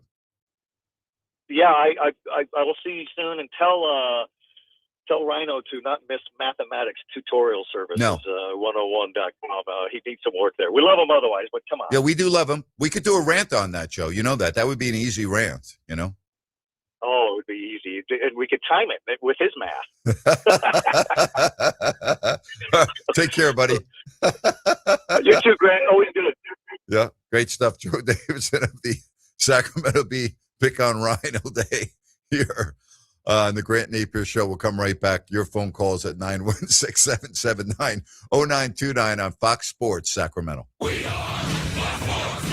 Investors, keep listening to learn how to get your free gold report. A currency crisis is upon us. The U.S. dollar has been the world's reserve currency for over 50 years, but that is changing. It's time to protect your retirement. Decades of reckless borrowing and spending have critically weakened the dollar. The U.S. has become the world's biggest debtor with over $35 trillion in debt. Plus, the dollar's become weaponized. Countries are dumping it. Investors who wait until it's too late could lose big. There is one safe haven: gold. Diversify your portfolio with a physical asset they can't take away. Call the Reagan Gold Group right now and ask for your free gold guide. Here's our number. 800-941-4184. 800-941-4184. 800-941-4184. That's 800-941-4184. Listen up, guys. Are you experiencing any of the following? Fatigue, less drive, poor performance? If so, you may be one of the nearly 30 million men in the U.S. today dealing with ED. But did you know you don't have to pay hundreds for a prescription anymore? And you don't have to deal with the hassle of seeing the doctor or the embarrassment of going to the pharmacy for a certain pill. Now, with one free call, you can find out how Herbal Virility Max can help you feel like a man again. For over a decade, Herbal Virility Max has helped guys just like you put a smile back on their face with improved performance and drive. Call today and ask about our buy one, get one free offer. 800-690-8445. 800-690-8445. 800-690-8445. That's 800-690-8445. Lowe's has the brands pros trust to get the job done. You can now shop new Catalyst fencing solutions and save big when you do. 10% off when you buy in bulk. Plus, save $180 on a DeWalt 12-inch dual bevel sliding compound miter saw. Now just $449. Our best lineup is here at Lowe's. Valid through 5/6 while supplies last. Selection varies by location.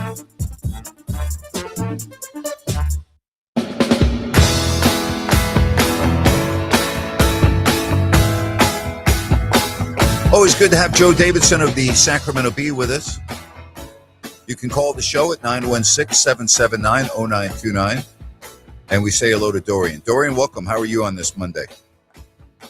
What's up, Grant? What's up, Rhino? That was a good interview, as always, Grant, with John. He's very knowledgeable about Sacramento area sports. He's one of the leaders here in Sacramento, and I've always respected his work.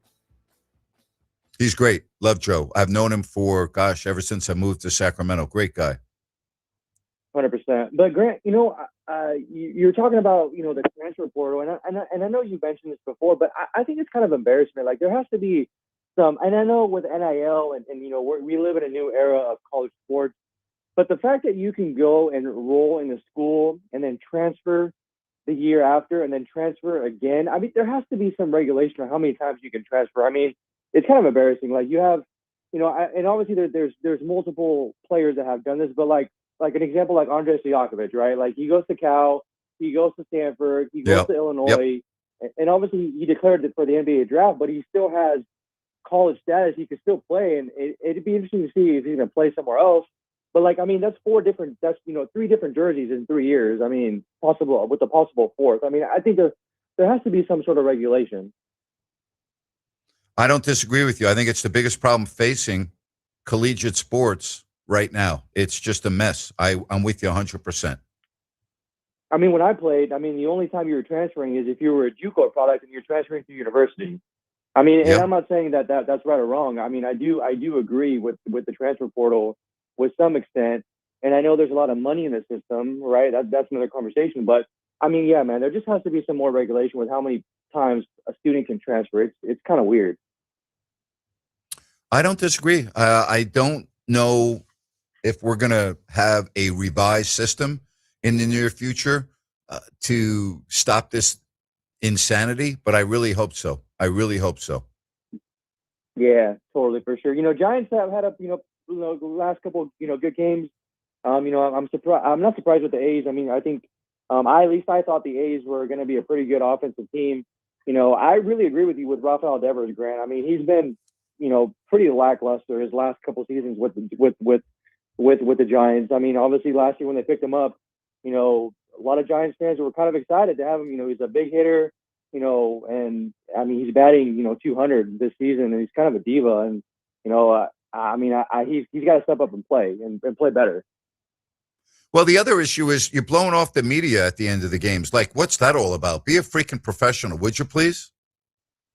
Yeah, I totally understand, but we'll see. There's still a lot of baseball to play, and we'll see where the Giants go from here. But thanks, Grant. Thanks, Ryan. Hey, Dorian, before you go, can I ask you a question about NCAA? Because you guys are spot on about the process needing to change. But when you were at Sac State, scholarships were multi-year, correct? Pretty much. Yeah, pretty much. Like, there is multiple tiers. Like, there's scholarship to where it's only tuition only, or it's room and board and tuition, or there was multiple tiers of scholarship. Right, but when you committed to a scholarship, despite the tier, it was going to be for your 4 years of college there, unless something happened. They're year to year now, and so that also puts the power back with the universities, and it's something that needs to be cleaned up, because we're talking about the top 1% of athletes, like Stojakovic, and those that go into the portal, and they're going to be in high demand. Well, there's 100 kids in the portal that might not get that scholarship. So it's just a bad system altogether. Yeah, it really is. And I'll get off here the line, but it's kind of like it sucks for Mike Bibby. Right, you have 5 starters. Obviously, you have there was multiple injuries during the season, but all your 5 starters are gone now. So how are you supposed to build a sustainable winning program when you recruit players and then they leave after the first year? And you do a whole documentary about it, and they're all gone. Well, Dorian, you're not just recruiting players, you're recruiting your own players to stay. That's the two-sided coin, though. Hey, thank you, Dorian. Thanks, appreciate man. it. Cooper Flagg, breaking news, the Rookie of the Year, narrowly beating out the Charlotte Hornets rookie, who had an outstanding year, Con Knippel. They were that was his roommate at Duke. Pretty interesting, huh? There was a lot of talk about the ballots going out late, and Con Knippel having a bad play-in. Yeah. And I believe one voter said that it affected their voting, but they didn't do it on the record. Very interesting there. That's a shame. Because it was a close race, as you said. Yeah. That's unfortunate, because it can't be on the play-in or whatever. That's unfortunate. It's something we've seen, and I was going to ask, I wrote down to ask you this. It's been really apparent for the most part through the play-in and the first round of the playoffs that these standout rookies, for the most part, that we saw in the regular season, they've struggled a lot in the playoffs. Grant, is that something that you traditionally would see with younger players? That's not unusual at all. Yes, absolutely. Yep. It's more the norm than the exception. Interesting. Absolutely. Okay. Yeah. 916-779-0929. Did you watch any hockey this weekend? I did not. No hockey. What are you waiting for? They took away the VR feature. Okay. It's gone. Really? Yep. TNT Sports is no longer on there, unfortunately. So no VR hockey, but I will be watching regularly. Like the rest of us. Yes. So you can't watch VR on any hockey network that's carrying a game? No, unfortunately. All the good networks are gone. So I can still watch on a really big screen, but it's not being in the arena. No. Wow. That's going to be a real bummer for you. A little bit. A lot of it. But I still enjoy it. It's fun to watch, especially this time of year. I always have 2 iPads going. I love it. I've been watching a lot of hockey this weekend. A lot of hockey. What was the highlight of the weekend? I love watching the Montreal games. I thought the atmosphere in there, with Yvonne Cornwallier coming out of the tunnel and the crowd there in Montreal. It's been a long dry spell for the Canadiens. Their series with Tampa has been great. that was the highlight for me watching that. That was an incredible atmosphere. Love it. So what's the series? If somebody's going to turn on a hockey game tonight, I asked you this last week. Where are you tuning into tonight? Well, I'm watching Vegas and Utah. Utah is up 2-1 as they've now had that extra day off, and this will be the biggest game that Vegas plays all year. And they normally respond very well in big games, but it starts with goaltending. You've got to be really good in net. So I'm looking for Vegas to play a really good game. This is not a great matchup for them. This is a young Utah team. They've got more speed than Vegas. They're going to have to be very careful about odd man rushes, which they have not done well really in the second half of the season, giving up odd man rushes. And that means 2-on-1s, 3-on-1s, 3-on-2s. And the speed of Utah will beat them in that style. So they've got to button it up on the defensive end. They've got to be better on their back end. And I'm thinking that Vegas is going to play their best game. They have to. They're going to have to play their best game on the road tonight to even up this series at 2 apiece. Yeah, that could be the series to a degree. Vegas won't come back in this series from 3-1. Yeah. So I'm looking at that right there. And then listen, I love the NHL. I can't get enough of it. You know me, I'm always watching the NHL. I'm watching games of all series. I really love it. So you've got Pittsburgh and Philadelphia. Listen, that series is pretty much over. And then you've got Vegas and Utah. But how about the Edmonton Oilers? And once again, they're near extinction, this time by Anaheim. So we're talking about that great team when I say great team, I shouldn't call them a great team, but a very talented team that looks like that, they could have a very early exit. Now, the series isn't over yet, so I don't want to bury them yet, but they're in real trouble as they are down in this series to the Ducks 3-1. And they're the number 2 seed, all right, and they're down 3-1 to Anaheim. Could Connor McDavid be in the same boat as Joe Burrow, where it just might not happen where they're at? It may not. In all defense to Burrow, he won an AFC championship and played in the Super Bowl. Yep. We're still waiting for Connor McDavid to get to that level. But could it happen? Could it be? Well, that's true of all players in Canada because they haven't won a Stanley Cup in decades in that country. Great point. Great. I don't know why that is, but it is what it is. It's just and the Oilers are a really good team. The Canadians aren't favored to beat the Lightning. Okay. The Senators from Ottawa didn't win a game. They're already out against Carolina. So, when you look at what's going on right now, the Oilers and the Canadians are the last remaining teams with a chance to do it. So if you're Canadian, do you start coming together if your team's out of it, rooting for Pretty the much. last couple of Canadian teams? Unless it's a rival. Like if you're Edmonton, you're not rooting for Calgary if they're in the playoffs or vice versa. Gotcha. But yes, absolutely. Yes. So as much as you have been enamored with hockey, I have been enamored with the NBA. Just the matchups, the low scoring nature of a lot of these games. You talked about some of the injuries earlier on in the show. Just a lot of interesting stuff. That Portland, so much context to that Portland-San Antonio game yesterday where, sorry, Sac fans, De'Aaron Fox really took it over in the second half as well as Wemby played. Yep. Foxy closed it out. And there's a little bit of grit about that team. I started to wonder because I have them winning it all. Yep. You've said they might be too young to take that step. Steph Castle is beyond his years, Grant. Oh, he really is. He is really, really good. So here's the deal. I mean, if Denver gets bounced here, to me, that opens up the door for what we're going to see. And that's going to be a Western Conference Finals with San Antonio and Oklahoma City. I don't see it any other way of turning out right now if Denver doesn't come back and win this series. What's your level of shock if Denver doesn't win this series and get out of the first round?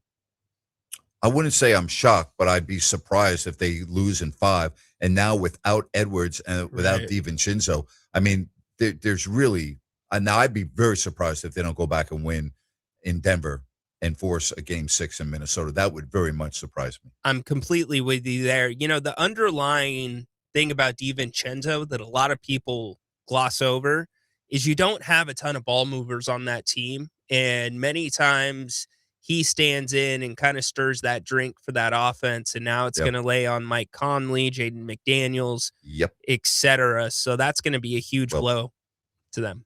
And we haven't talked about this yet, but we've got a huge game in the NBA tonight in the East. Yeah. And Orlando has a chance to really put a stranglehold on Detroit.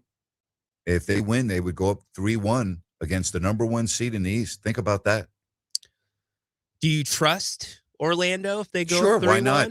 Why would I not trust them? Well, They've been an underachieving team all year, but when you look at their talent, you're like, wow, that's a pretty good team.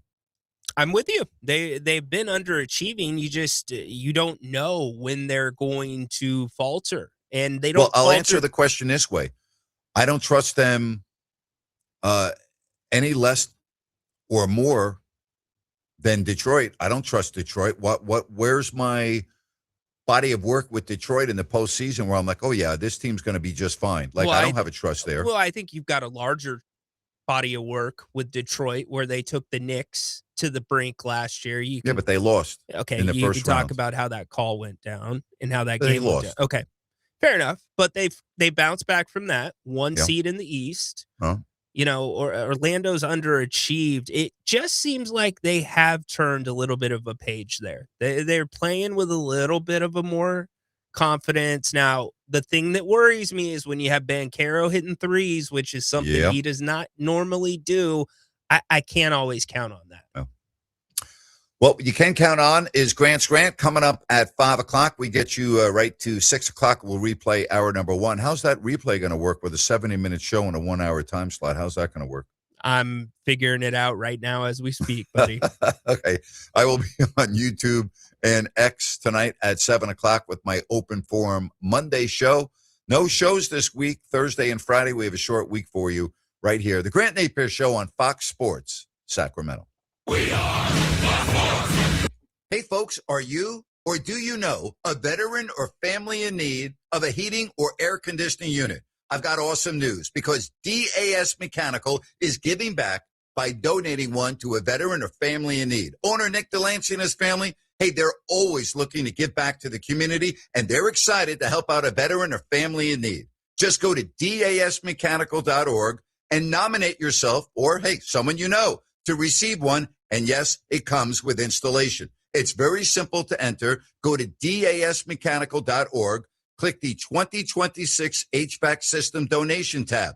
Fill out a very short 6-question nomination form. Nominate now at dasmechanical.org. DAS Mechanical, family-owned, locally owned, HVAC experts, serving Sacramento for years. For all of your HVAC needs, DAS will exceed your expectations. Once again, that's dasmechanical.org. You're driving to work and someone looks at their phone. And bang, just like that, happens. Hurt in a crash? Call the accident guys. 877-888-GUYS. Need an accident attorney by your side? All you got to do is call the accident guys.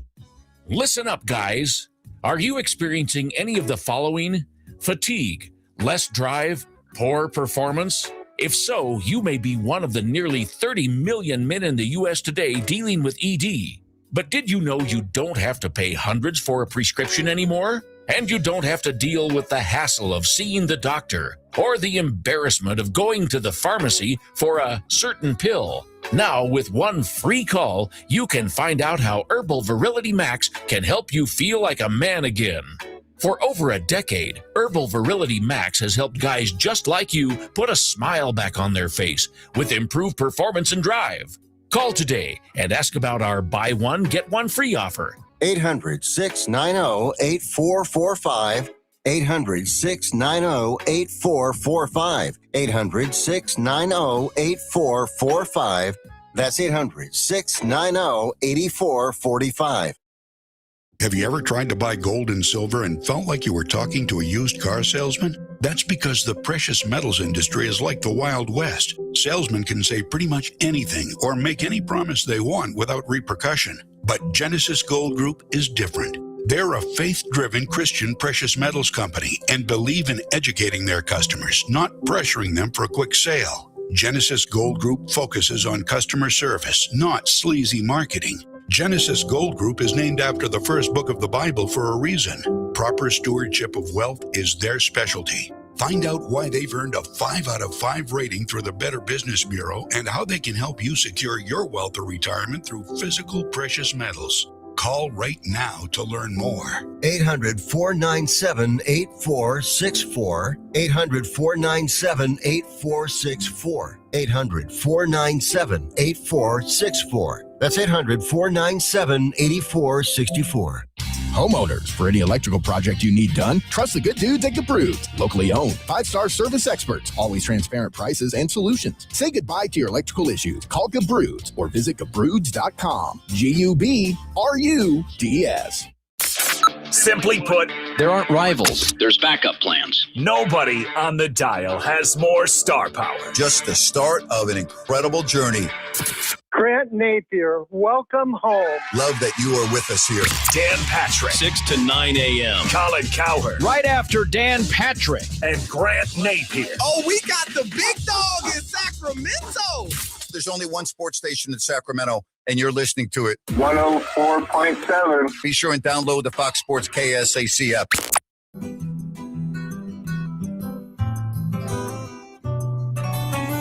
Talking a lot of NFL draft, NBA, NHL playoffs, A's and Giants idle.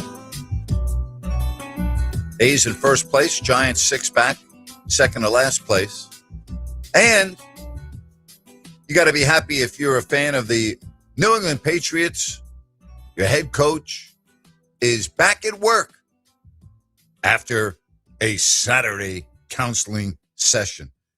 You want to talk about what is, I should really wait until 5 o'clock to do this as my rant. This is embarrassing. It really is. It's incredible. I mean, joke.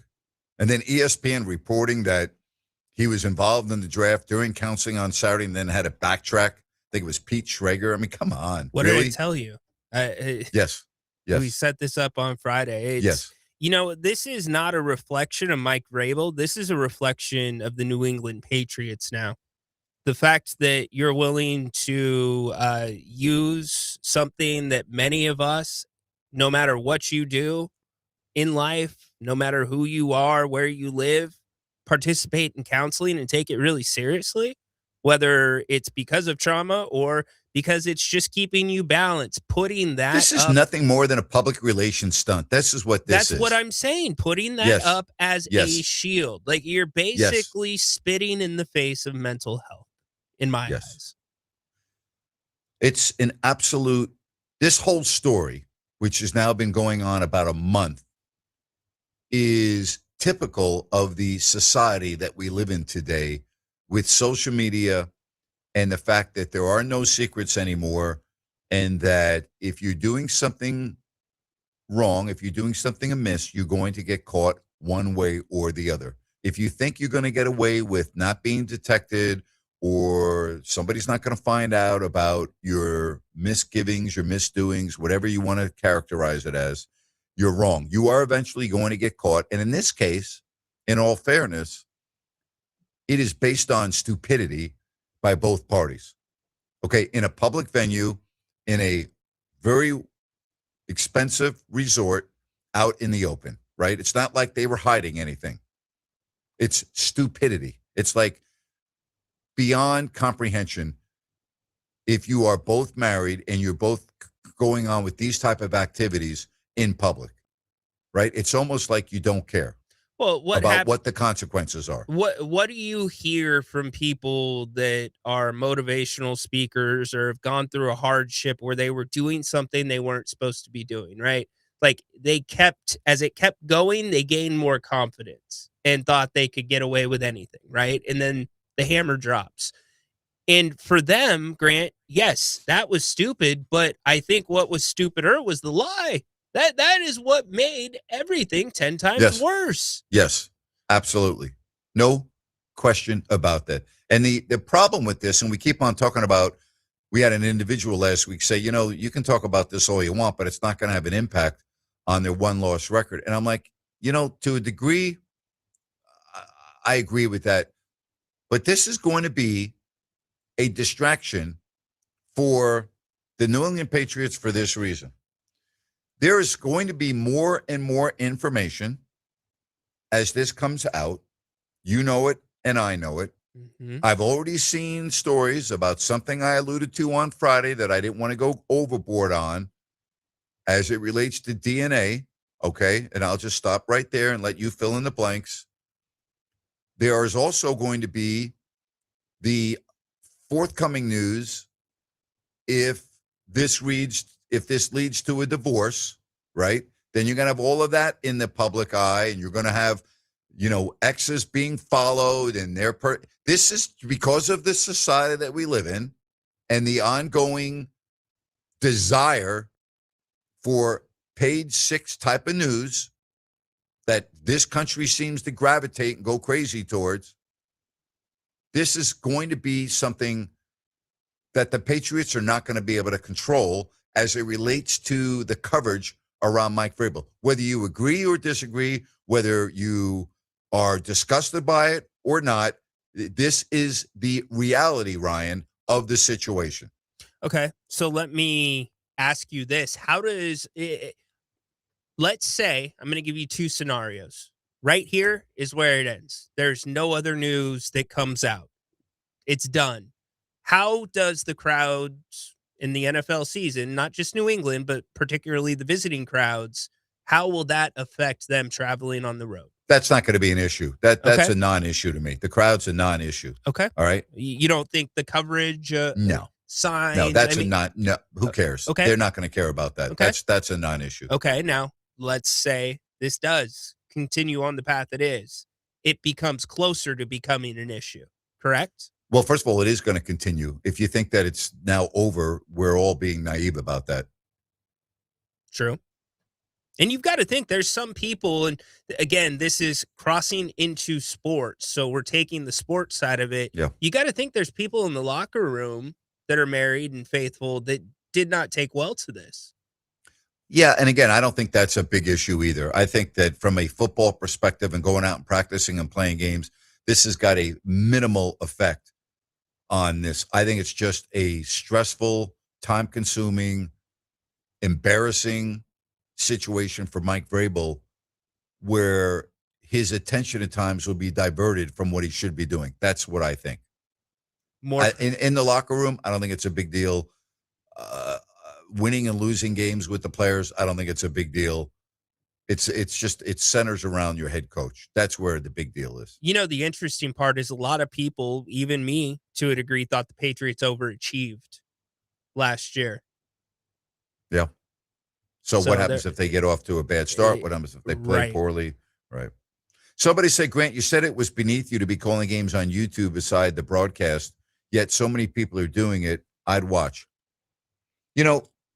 Can I just say this to those that think that I should be announcing games on YouTube and it's beneath me?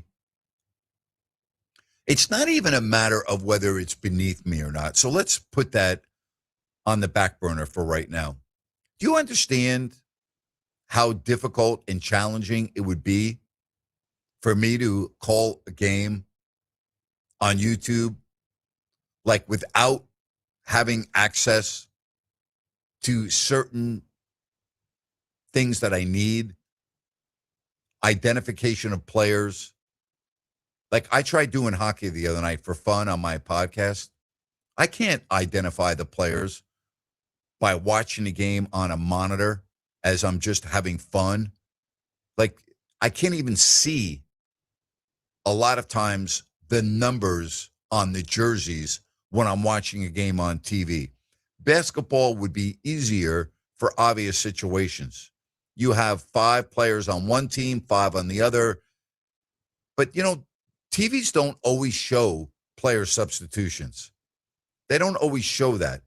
So, like, I'm not always going to be aware. There's going to be no crowd noise, right? Who would want to listen to me do a game via YouTube, all right, with no crowd noise? Like, who would want that? And what is it about me or anyone else that you would really want to hear? Like, why would you want to listen to me do a game on YouTube instead of freaking Iron Eagle and Stan Van Gundy? You know what I mean? Like, why? Like, Well, what are we doing here? Let me qualify this for you. And I think it's fair to revisit this conversation the first time a professional broadcaster starts doing that on YouTube or any other platform. I think what the person is referring to is guys will set up shows around the game and they'll commentate while the game's going on and talk about, oh, well, they should have done this, you know. Yeah, but that's different than doing play-by-play. Correct. Commentating on the game going on is different than what this individual is describing. And what I'm saying is, for it being beneath you, it is, because there's no other professional broadcaster that's doing that on the internet, employed or not employed.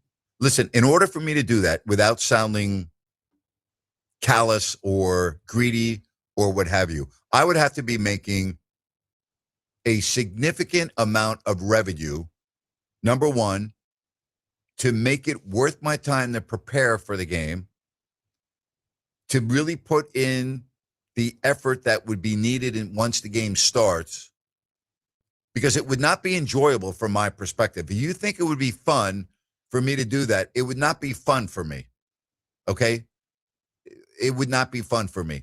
I would only be doing it, and again, I don't want this to sound greedy or egotistical or whatever. I would only be doing it for you, the viewer, and the gratification that you want for whatever reason as it relates to me doing the game. I wouldn't be doing it for me. I'd be doing it for you. It would not be easy, and I would have to be compensated to a point where I would be able to sleep at night knowing that, okay, I'm going to do this. This is why I'm doing it. I don't really want to do it, but I've been requested to do it by a number of people, which a lot of people have asked me about this, by the way. This is not the only individual. Correct. It's not, this is something I get asked about repeatedly. So what I'm saying to you is, in order for me to do it, I would have to make money on it to make it worth my while mentally in my head to say, okay, this is what I'm going to do. Like, for instance, when I do my podcast tonight at 7:00, you know what? I enjoy it. I like doing that. I like going on and talking to people. I like having an open forum. Like, I enjoy that. I look forward to that. I'm not going to look forward to, like, doing, after 32 years of calling NBA basketball and NFL football and NHL hockey for real at the arena, on TV and radio, now all of a sudden I'm going to be doing it on YouTube. It is beneath me, number one, but number two, it would not be enjoyable. And number three, if I ever were to do it, I'm sorry, and again, I don't want to sound greedy and obnoxious, or you'd have to pay me. I'm sorry. That's the only way I would do it. Does that make sense?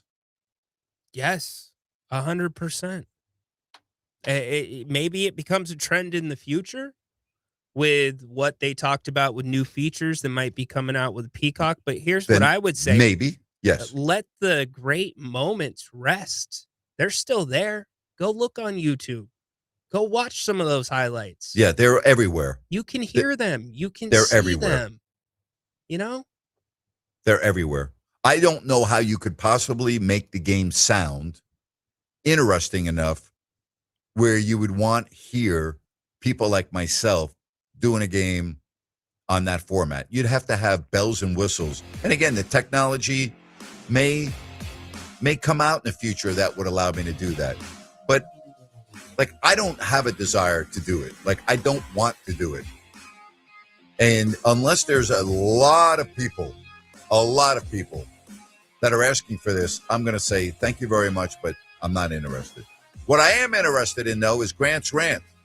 And that's coming up next, right here on Fox Sports Sacramento.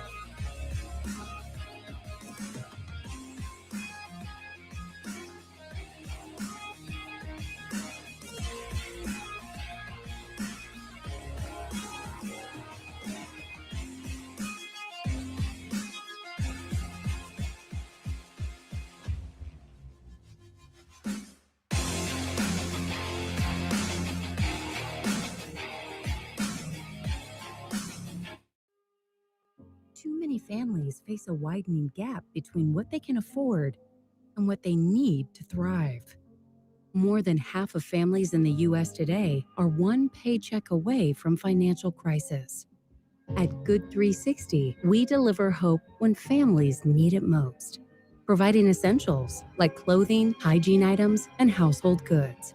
Put help within reach. Learn more at good360.org. Call the good dudes at Gabrudes, G-U-B-R-U-D-S.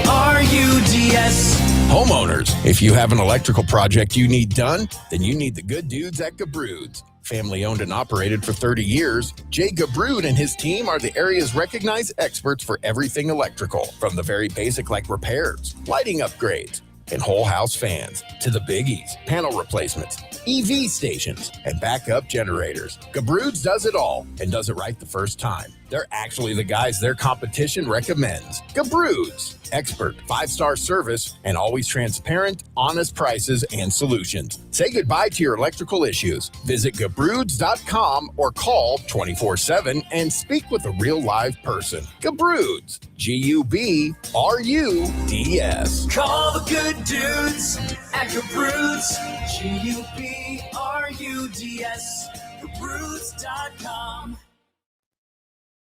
I'm Dan Patrick, and this is Above the Noise. As an NFL quarterback, a certain level of professionalism is not optional. It's expected. You are the face of the franchise. Even as a backup, the job demands steadiness and the ability to avoid becoming a distraction. It's a simple formula, but one the league has reinforced repeatedly over the last 2 years. We've seen it impact draft stock in real time. Shedeur Sanders' pre-draft interviews and some of his off-the-field comments contributed to his slide. The offseason this year, a similar story unfolded with Diego Pavia. The Vandy standout went from a Heisman finalist undrafted, a surprising fall given his production in the SEC. At any other position, personality can be absorbed, even embraced. At quarterback, it's evaluated differently. The message from the NFL is clear. If you're not a can't-miss prospect, professionalism is not just valued, it's required. I'm Dan Patrick, and this is Above the Noise. 2 words, prostate exam. Relax. Screening starts with a simple finger-free blood test. Around 1 in 8 men in the United States will be diagnosed with prostate cancer in their lifetime. Prostate cancer can have over a 99% 5-year relative survival rate when caught at a localized or regional stage. If you're 40 or over and have a prostate, visit relaxitsabloodtest.com to see if a PSA blood test is right for you. Talk to your doctor about screening and the next steps. Sponsored by Novartis. When money's tight and you're behind, it can be tough to play catch up. But Liberty Mutual can help you make a comeback, a fourth quarter go-ahead drive, if you will. Liberty Mutual is clutch by customizing your car and home insurance to save you money, especially when you bundle. It's insurance built for real people with a team that works hard to help keep more of what matters most in your pocket, money. Liberty, liberty, liberty, liberty. Get a quote at libertymutual.com or with your local independent agent, libertymutual.com. Tell your friends. Grant's back. Grant Napear is back on the Sacramento airwaves right here. KSAC 890 AM Olivehurst, K284CM 104.7 FM Sacramento. It's time for Grant. All right, Ryan, what do we have on this Monday?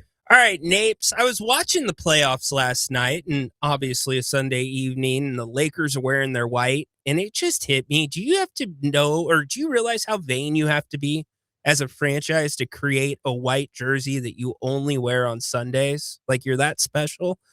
Second, this is my favorite. The Savannah Bananas sold out Yankee Stadium.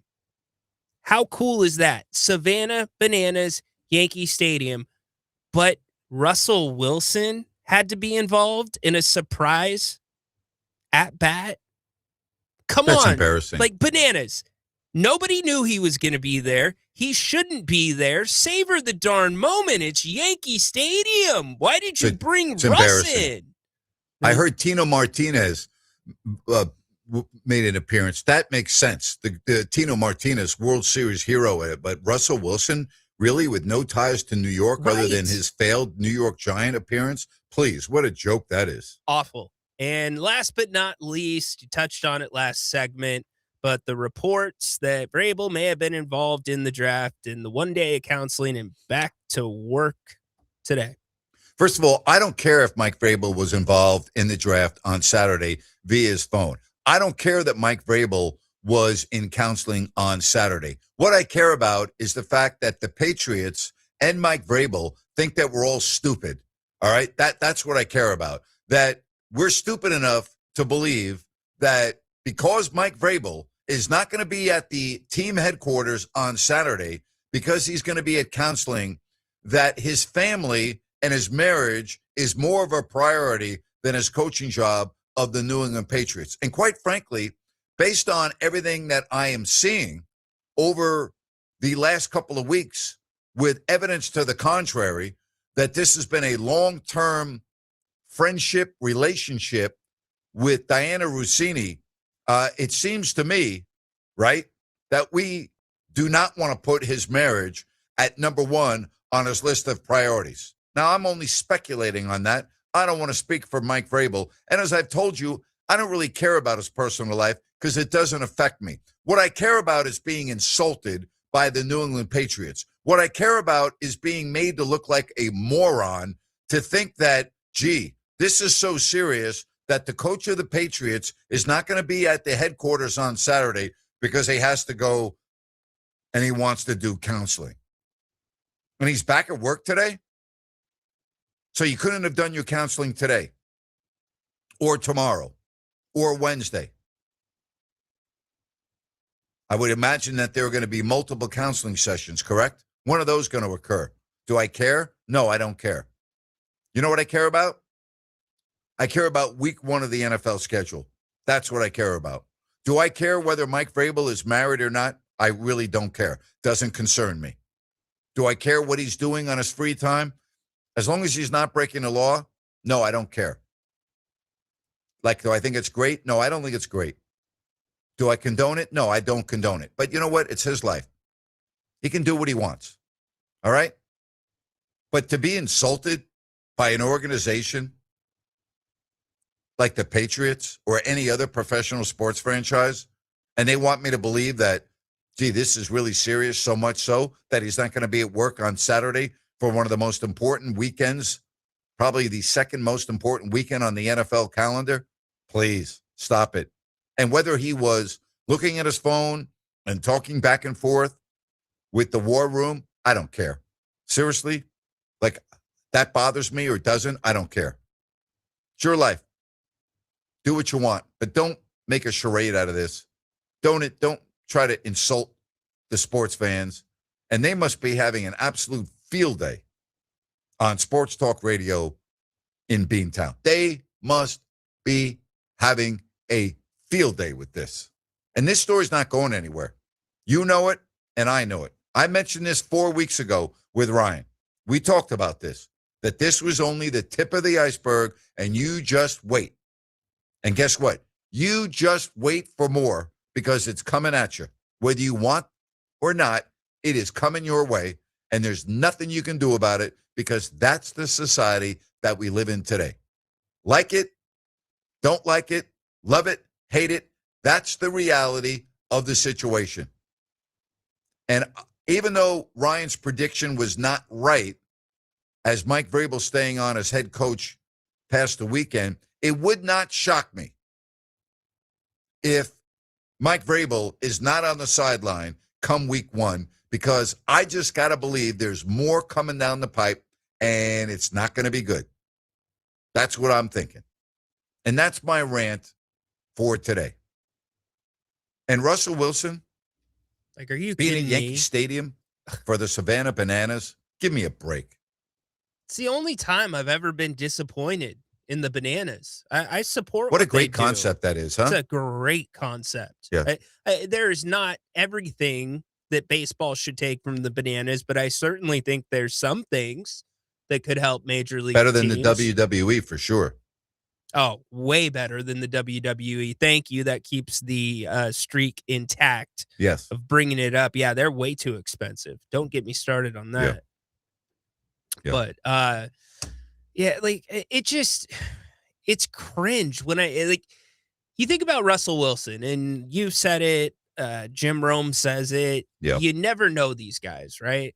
Mm-hmm. And Russell comes into the league with the same shine, while not as popular as Fernando Mendoza. And then by the end of his career, he's completely unsavory. We heard what Chris Landry had to say about his time with the Broncos. Like, I just wonder about these athletes that go from just the poster child for everything to just cringe. Like, that's how I would describe Russell Wilson in one word: cringe. And I was his biggest fan when he was in Seattle. Yeah, and listen, he won a Super Bowl and had some great years there, and yeah, I get all of that. But I just think it's remarkable that they were able to sell out Yankee Stadium for that. It's turning sports into a true family event. Second most popular team in baseball in New York now. You got the Yankees, the Savannah Bananas, and then the Mets. How did I know a Mets shot was coming at some point? How do they keep spending all this money and just stay near the bottom? Because they're an inept, dysfunctional franchise. That's why. So how do you, more inept, the Jets or the Mets? Tied. And only off by one letter. Yeah. M&J.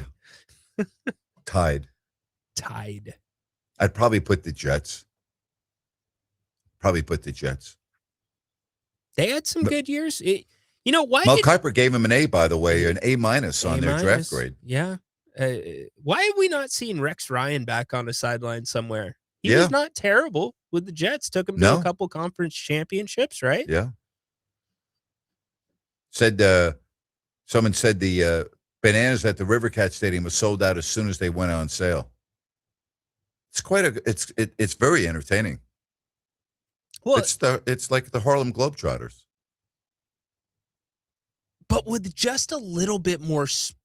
You know what? But the concept is what I'm talking about. Yeah, you are absolutely right. And the story behind how this all turned into what it was is remarkable. Yeah. But yeah, that's a good analogy for sure. All right. 916-779-0929. All right, bold prediction time before these games really get going, because the game has already started. Who wins tonight, Orlando or Detroit? Orlando. Wow, you think they go up 3-1, huh? Yeah. They're off to a good start, up 6-0 already. Yeah, You really do? Wow. Why do you say that? Number 8 against number 1. Grant. Defense? Yes. It translates. It does. And there is something to be said. I know it's said more in the NFL about getting hot at the right time of the year, but maybe Orlando's found something. I'm not saying they're going to win the championship, but it's not out of the realm to think they might be able to win 7 or 8 games in the playoffs. Well, you just don't normally see an 8 beat a 1, and if they win tonight, they're 1 game away from advancing to round 2. What is it that you see is different about Detroit right now? Is it Orlando? Confidence. They lost Cade Cunningham for a stretch with the lung. They were rolling, and he came back, and they tried to gel again, and they're not quite to where they were.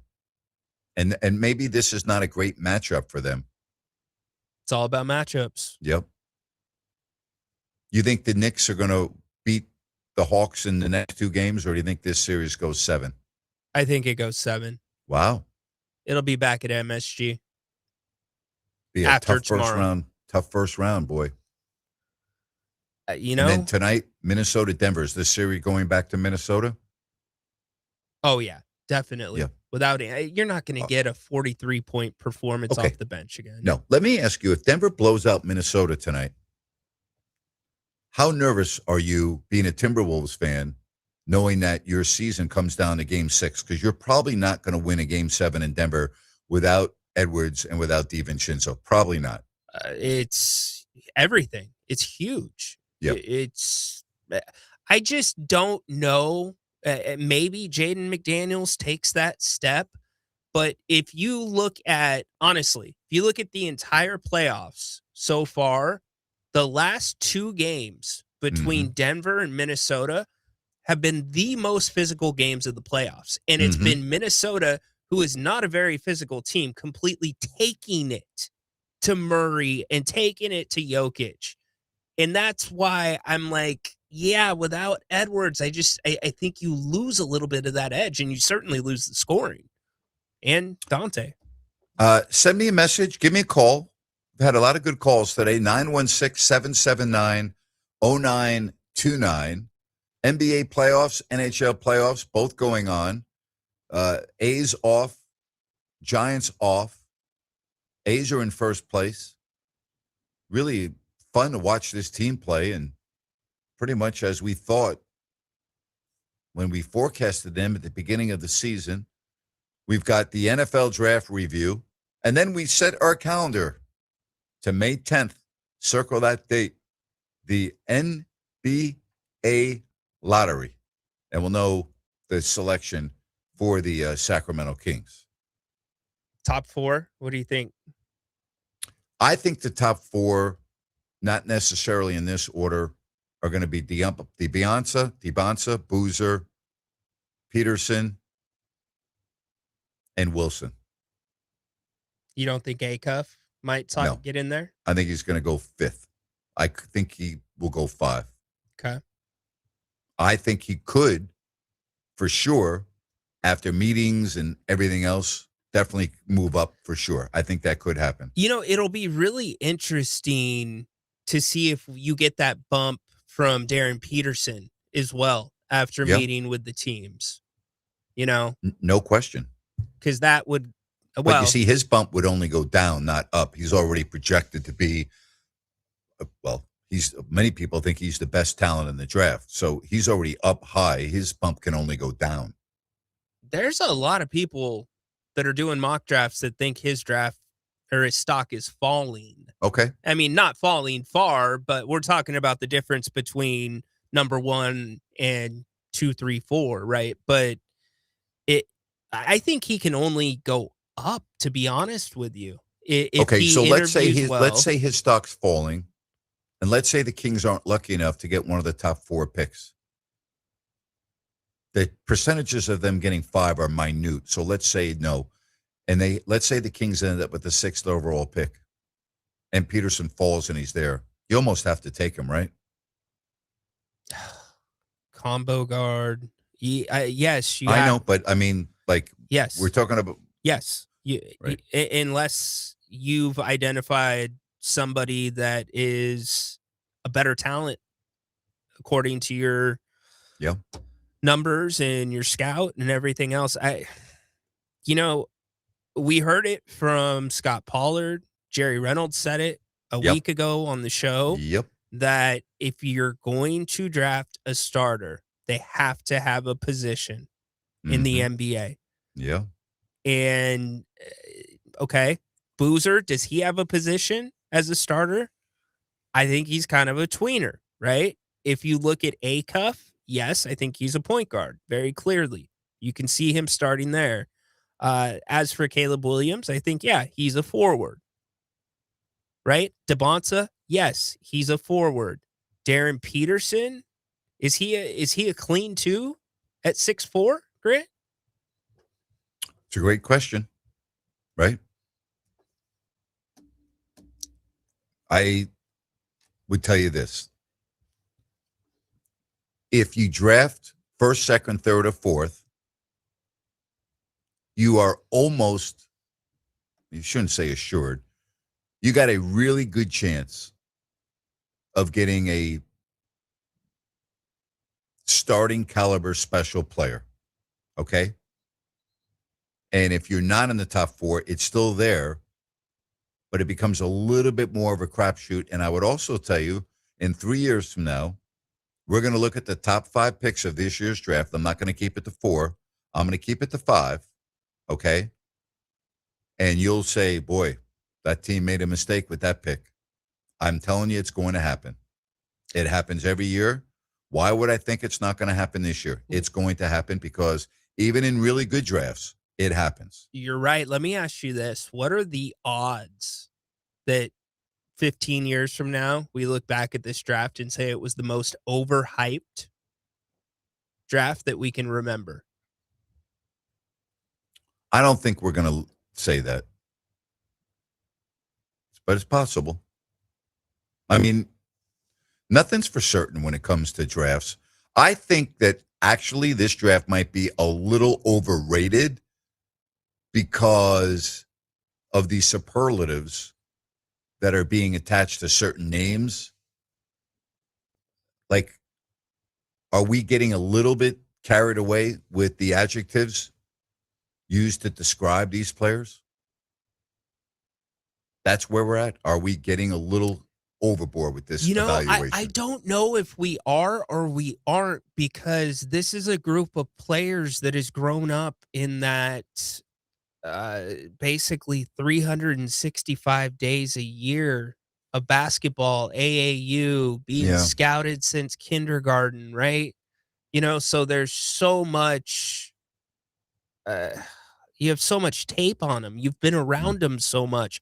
They've been to so many camps. If this was somebody that, 20 years ago was a multi-sport person, you know what I mean? There's a big difference now with as we come to this generation of players, minus your, obviously your international players. All right. When we come back, the one thing that is never going to leave the Sacramento Kings history is the draft where they took Marvin Bagley ahead of Luka Doncic.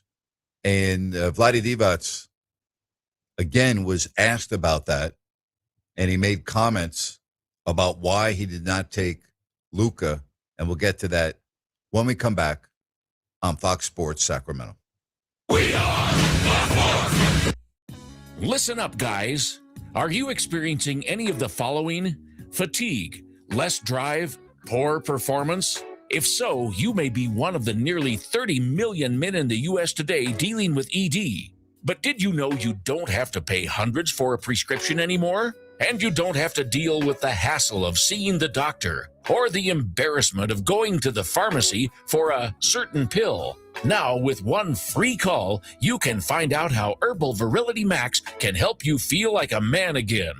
For over a decade, Herbal Virility Max has helped guys just like you put a smile back on their face with improved performance and drive. Call today and ask about our buy one, get one free offer. 800-690-8445. 800-690-8445. 800-690-8445. That's 800-690-8445. Why'd I go to the doctor? Working on the farm, my heart kept skipping a beat. I didn't think much of it, but my daughters made me get checked out. Turns out I have atrial fibrillation, which increases the risk of stroke about 5 times. Symptoms like irregular heartbeat, heart racing, chest pain, shortness of breath, fatigue, or lightheadedness can come and go. But if it's AFib, the risk of stroke remains. If you have symptoms, contact a doctor. I'm so glad I did. Visit notimetowait.com. Sponsored by Bristol Myers Squibb and Pfizer.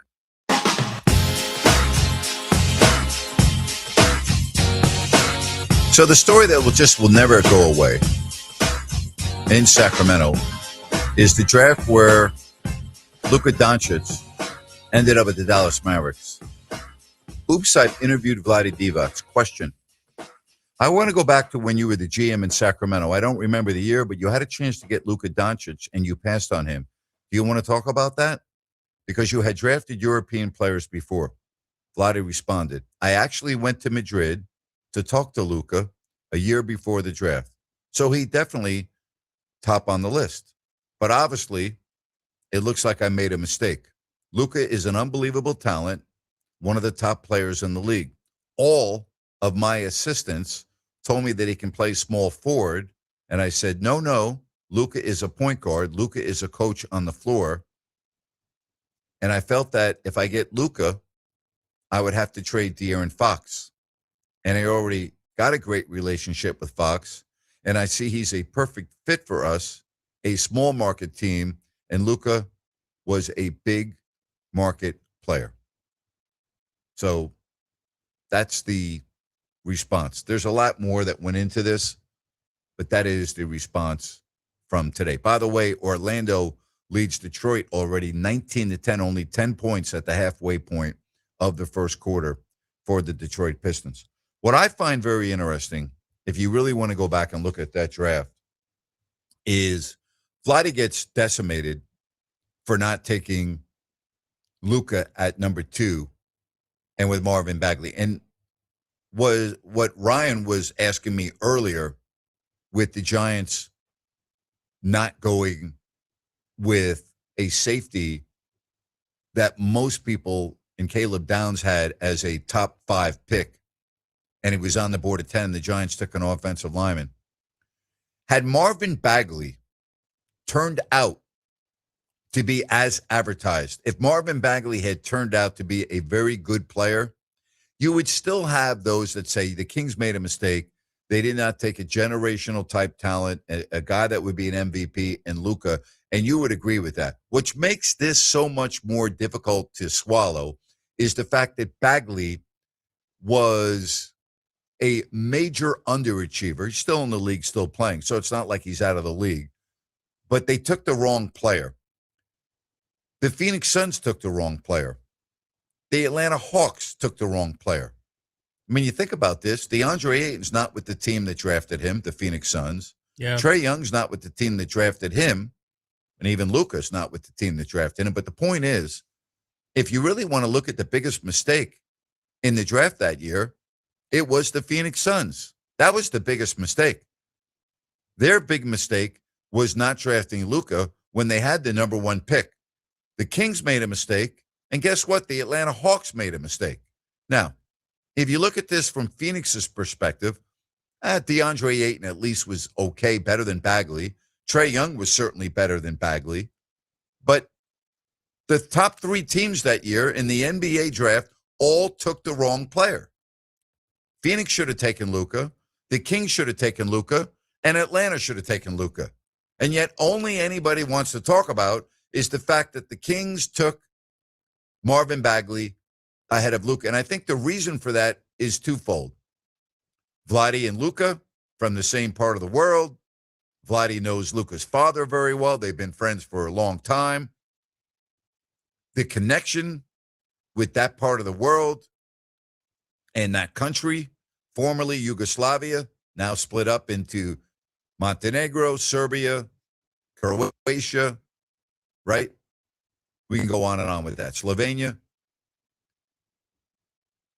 We just thought it would be a natural fit here in Sacramento. There's no way Vladdy's going to pass on Luka. They're basically fellow countrymen for all intents and purposes. But when you look at that draft, if it could be held all over again, let's just say that draft could be held all over again. You really think the Phoenix Suns would still take DeAndre Ayton? Come on. Come on. First off, there was a lot of Kings fans before the draft that were banging the DeAndre Ayton drum. So that's the first thing. Many. Here's what I would say. I just wish Vlade would stop taking these interviews around this time of year. I am so tired of reading, and to Vlade's credit, the transparency that he always has, but the comments have never changed. The story has always been there, and you get drugged through the mud. The fan base gets drugged through the mud. And if you want to take that approach, then why don't you do a different headline? That the Kings and Luka both have the same amount of rings. In fact, all the teams who passed on Luka and the team that drafted Luka all have the same amount of rings. Like, you got to take that approach at some point. It's just, come on, let's move on. Like, well, what's interesting? It is what it is. What's interesting, and even though Luka's been to the NBA Finals, it right now, and again, we understand basketball is a team game, and we get all of that. But right now, it seems like De'Aaron Fox got a much greater chance of getting a ring on his finger, and I'm not talking about a wedding ring, which he already has, than Luka. If you really want to talk about having a championship, it certainly looks like De'Aaron Fox is a lot closer to that Luka Doncic right now.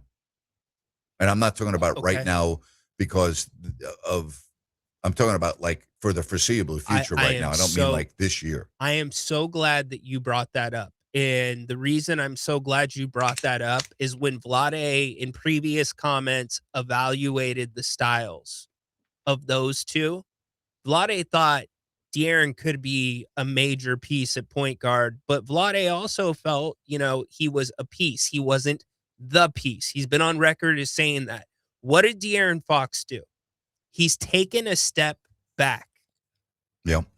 He's gone to, and all of you that thought we were De'Aaron Fox haters when we were screaming out the mountaintops that he is not the lead guy. He's a 1B. That's what he is. And everybody tried to convince us, nope, he's the guy that'll lead you to the championship. No, he is exactly what he's doing in San Antonio. And likely it was the best decision of his career because he's fitting in perfectly. And he, you know what's really cool to see about De'Aaron? He is not threatened whatsoever by Steph Castle. He's not threatened by Harper, right? He has fit in and given them prominent roles as well on the court. He is not taking as many shots. He is exactly where he should be. And it's exactly kind of what Vlade envisioned by keeping Fox. The rest just didn't happen. And here's the other aspect, and I don't want to share private conversations, but there were conversations before the draft about one thing that Vlade knew everything about Luka. There were no secrets. And he also was aware as it related to his conditioning, his off the court activities and everything else. It wasn't a secret. Okay. Vlade knew about it. And it all factored in to the decision not to take him. All right. But the biggest decision not to take him was De'Aaron Fox. The problem, again, is that the Kings took the wrong player at number 2. Had they taken Jaren Jackson Jr., for, let's say. Great point. Okay. Then we would be having a different conversation.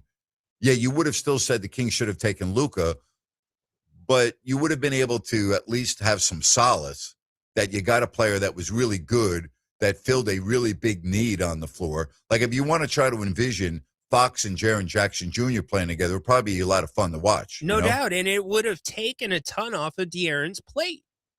Yes. Right. So, again, I'm with you. Enough of the talk. It's like, move on from this, Vlade, So, right? And it's not just Vlade. I tweeted something out. These national, middle of the road publications that are just looking to get views about something Luka. It's disrespectful to me for Vlade. I hate it. Well, and the other thing was, that it became a rumor that the reason why the Kings didn't take Luka was Vlade did not have a good relationship with Luka's father, and they were blah, blah, blah. And I told you the story. And for those that have not heard this before, the Kings had just played the Knicks or the Nets. I can't remember, but I spent Saturday night in New York City because the team did not play in Washington until Monday. And Vlade also spent the night in New York. And when he found out that I was spending the night, he said, hey, do you want to just take the train together on Amtrak to go to Washington? I'm like, yeah, that sounds good. So I meet him at Penn Station in New York, underneath Madison Square Garden, just so you know, Ryan. And I'm with Vlade, and we're waiting for the train at Amtrak at Penn Station. Just me and Vlade. And all of a sudden, he's on the phone, and I'm standing next to him, and he's speaking in his native language, so I can't understand what he's saying, but he's laughing. And he's laughing a lot. And I'm looking at him, and he hangs up the phone. He goes, that was Luka's father. I'm like, what?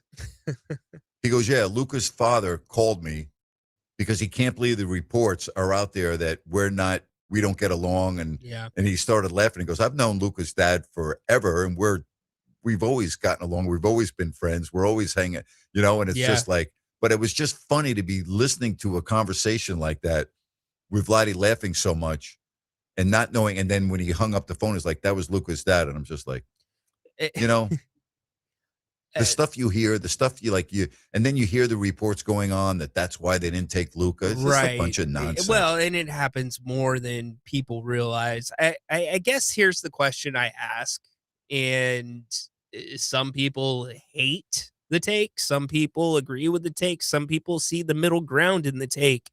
It's that you might have had Luka. You might have been winning, but I don't think you're going to be too far off from the Cousins era where you are exhausted watching Luka night He in. would not be in Sacramento anymore. He would have been gone. I'm just saying, Kings fans, everything Luka is except for the end result at the end of the night, Kings fans loathe. Exactly. Yep. It would have been good for a while, and it would have become old. And in my opinion, and again, I don't have a crystal ball, he would not be with the franchise today. I would say it would be highly unlikely.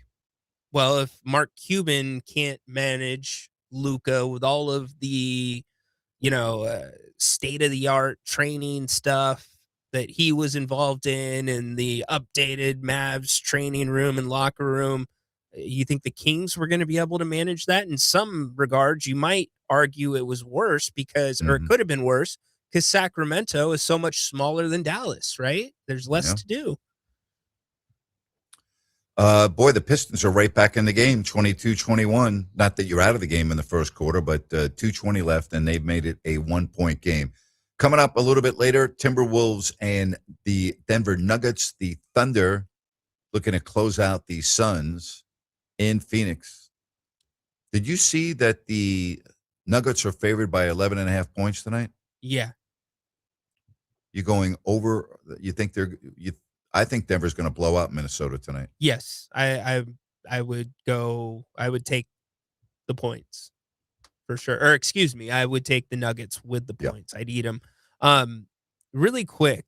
Now that we're talking about the Magic in Detroit again, if you're Detroit and you get the 1 seed, is the Magic like one of the most unsavory 8 seeds that you could have gotten? Yes, I think so. They, like a lot of teams, had a lot of injuries this year. Suggs was hurt. Wagner was hurt. They missed a lot of games. I mean, they were. But, if you watch these playoffs, if you watched, again, the play-in games, and particularly the Charlotte game, they just prevented Charlotte from doing anything that they wanted to. And, again, I'm not saying Orlando's going to win the series, but, you have to really work hard for every basket. And that doesn't happen with a lot of teams in the NBA. Yeah, very true. They really could have a mantra. We make them feel us. Now that I wouldn't make fun of them. No, I'm just serious. I know you're spot on. That's a team that if they want to just say our goal is to make them feel us. Okay, you know what? You do that. Hey, that doesn't happen here in this city. Hey, Napes, those guys are volunteers. Most of these guys are volunteers. No doubt. Sure. Those guys are volunteers out there in Orlando. Volunteers, huh? Yes, indeed. I got to say this really quick. I was watching Bronny James last night, and I've been watching him get minutes for the Lakers. If James Jr. wasn't attached to the back of his uniform, the Lakers would be getting, I think, a lot of praise for the development that they have done with him over the last year, almost 2 years. He looks like a completely different player physically. His speed is much better. His ball handling is still suspect, but coming into the league where you were not even evaluated as really an NBA player to what he's been able to do and step into in the playoffs, I'm impressed. I'm proud for Bronny because he had to shoulder a lot of stuff that, wasn't necessarily his doing. Well, it's not been an easy road, that's for sure, correct? No, even if he wanted to do it his way, he didn't have a choice. Yeah. 916-779-0929. That's 916-779-0929. Oklahoma City and Phoenix, they begin at 6:30, and then the Denver-Minnesota game at 7:30. Right now, the Pistons actually have gone on top of Orlando 25-24. Boy, I can't believe we're already down to one segment left. I'm hoping I have enough energy because this show today is 3 hours and 10 minutes. We're actually going to overtime. We are going to OT. Yes, we are. We're going overtime right here on Fox Sports Sacramento.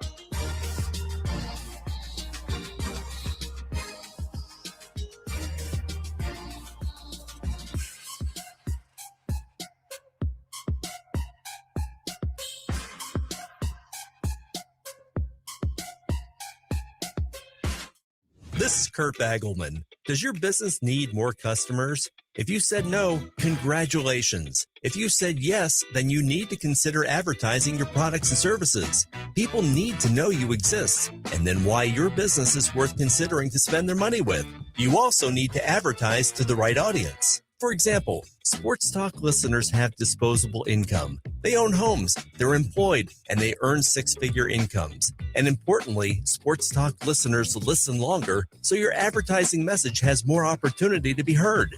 Does your business need more customers? If the answer is yes, then give me a call to schedule a conversation. We'll discuss your objectives, talk about potential strategies, and also determine if Fox Sports Radio is a good station for you to consider.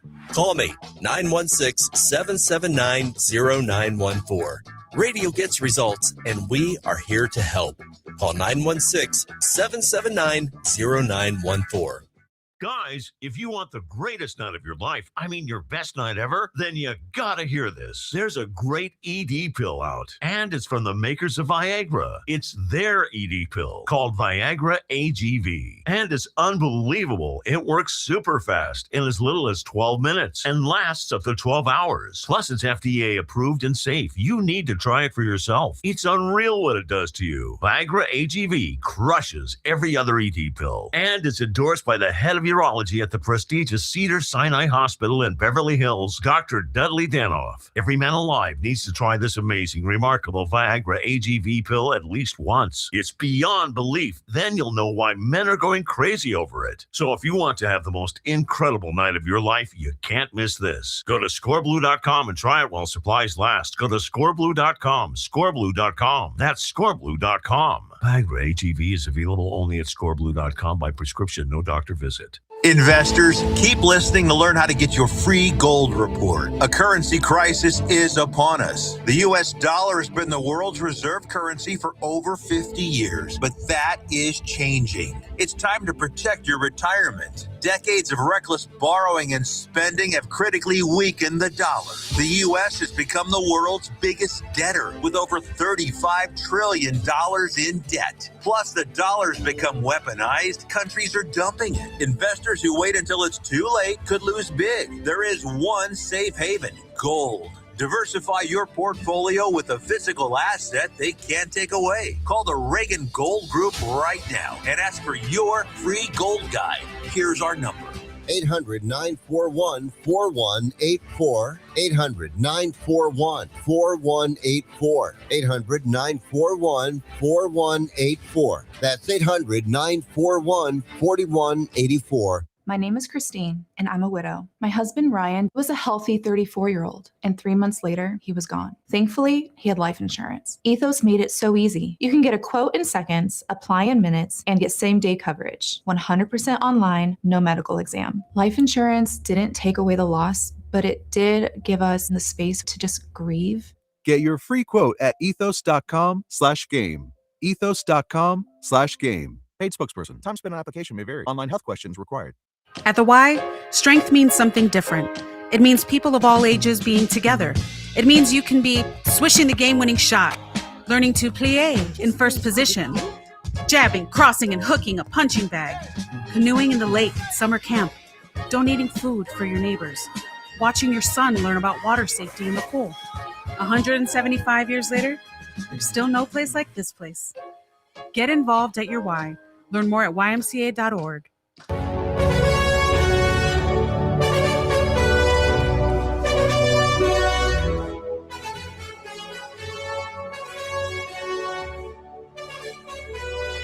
Final segment, 916-779-0929. Why don't we get to Lynn? Welcome to the show, Lynn. How are you? Grant, how are you doing today? Good, thank you. Funny story, man. I had the app on, listening like last 3 minutes I do all the time to the show before you. Kind of listen, you know how on the computer monitor you can look to the right, you can see what time it is. It's about 2:45. Okay, Grant, be on in about 15 minutes. About 6 minutes later, I hear your intro. I'm like, what the heck? I know. I don't know. Hey. I thought I had a virus. I thought I had a virus in my computer. I thought I had to turn off Grant and try to figure out what virus I actually downloaded in an email today. Thank goodness, Grant, you told me you came on early. So I had to go hunt for a possible virus. So let me move over to the Spurs. Do you think they grew up a little bit over this weekend up in Portland watching that game 3? Yes. I think that's a great way of saying it. Yes, I do.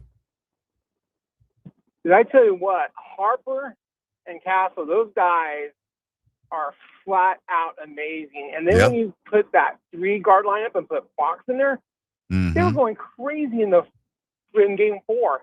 And that just shows you how beneficial it was Fox being injured at the beginning of the season, where he was able to watch this. And when he came back, he just went right into like he's never been left there. So I like what I'm seeing in Fox. I'm liking how he is understanding, hey, if I'm hot, I'll go. If I'm not, we got Harper, Castle, and of course the big guy. So it should be interesting to see what happens with the Minnesota and the Nuggets game. How do you think that's going to fall? I think, listen, I think it comes down to one game. I think Denver wins tonight, and it comes down to game 6 in Minnesota without Anthony Edwards and without DiVincenzo.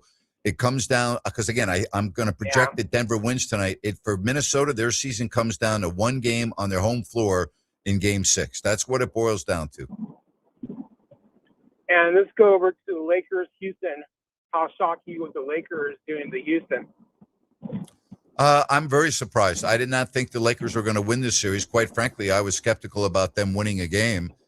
And I don't see how they lose the series now, especially with Austin Reeves possibly coming back for these games. But even without him, they haven't needed him. I think they close it out coming up in game 5.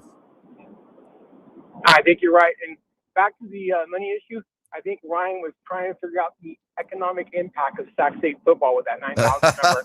Later, Grant. That's right, Lynn. Thank you, brother. Picking me up. Thank you, buddy. I love that. Oh my gosh. So you were using the Sacramento State math for the economic impact to the city over the 5 years of the Mid-American Conference relationship. Yes. That's right. We're not too far from Cal Expo. So very familiar with those numbers. So good job by Lynn. I didn't want to use a good job. I didn't want to use an excuse. Lynn used it for me. So thank you. How about that? Huh? I'm like that. That's a good job by Lynn. It is. Okay, let me ask you a bold question about the Kings. Yes. What would be your one realistic ask, your dream acquisition this summer for the Kings? Not having Vivek Ranadive as the owner. That would be the biggest acquisition you could make. You clearly missed the first word of the question. Realistic. Oh. A bona fide point guard. We're on the same wavelength. Okay, like a real point guard, not a real point guard. Kobe White, expiring deal.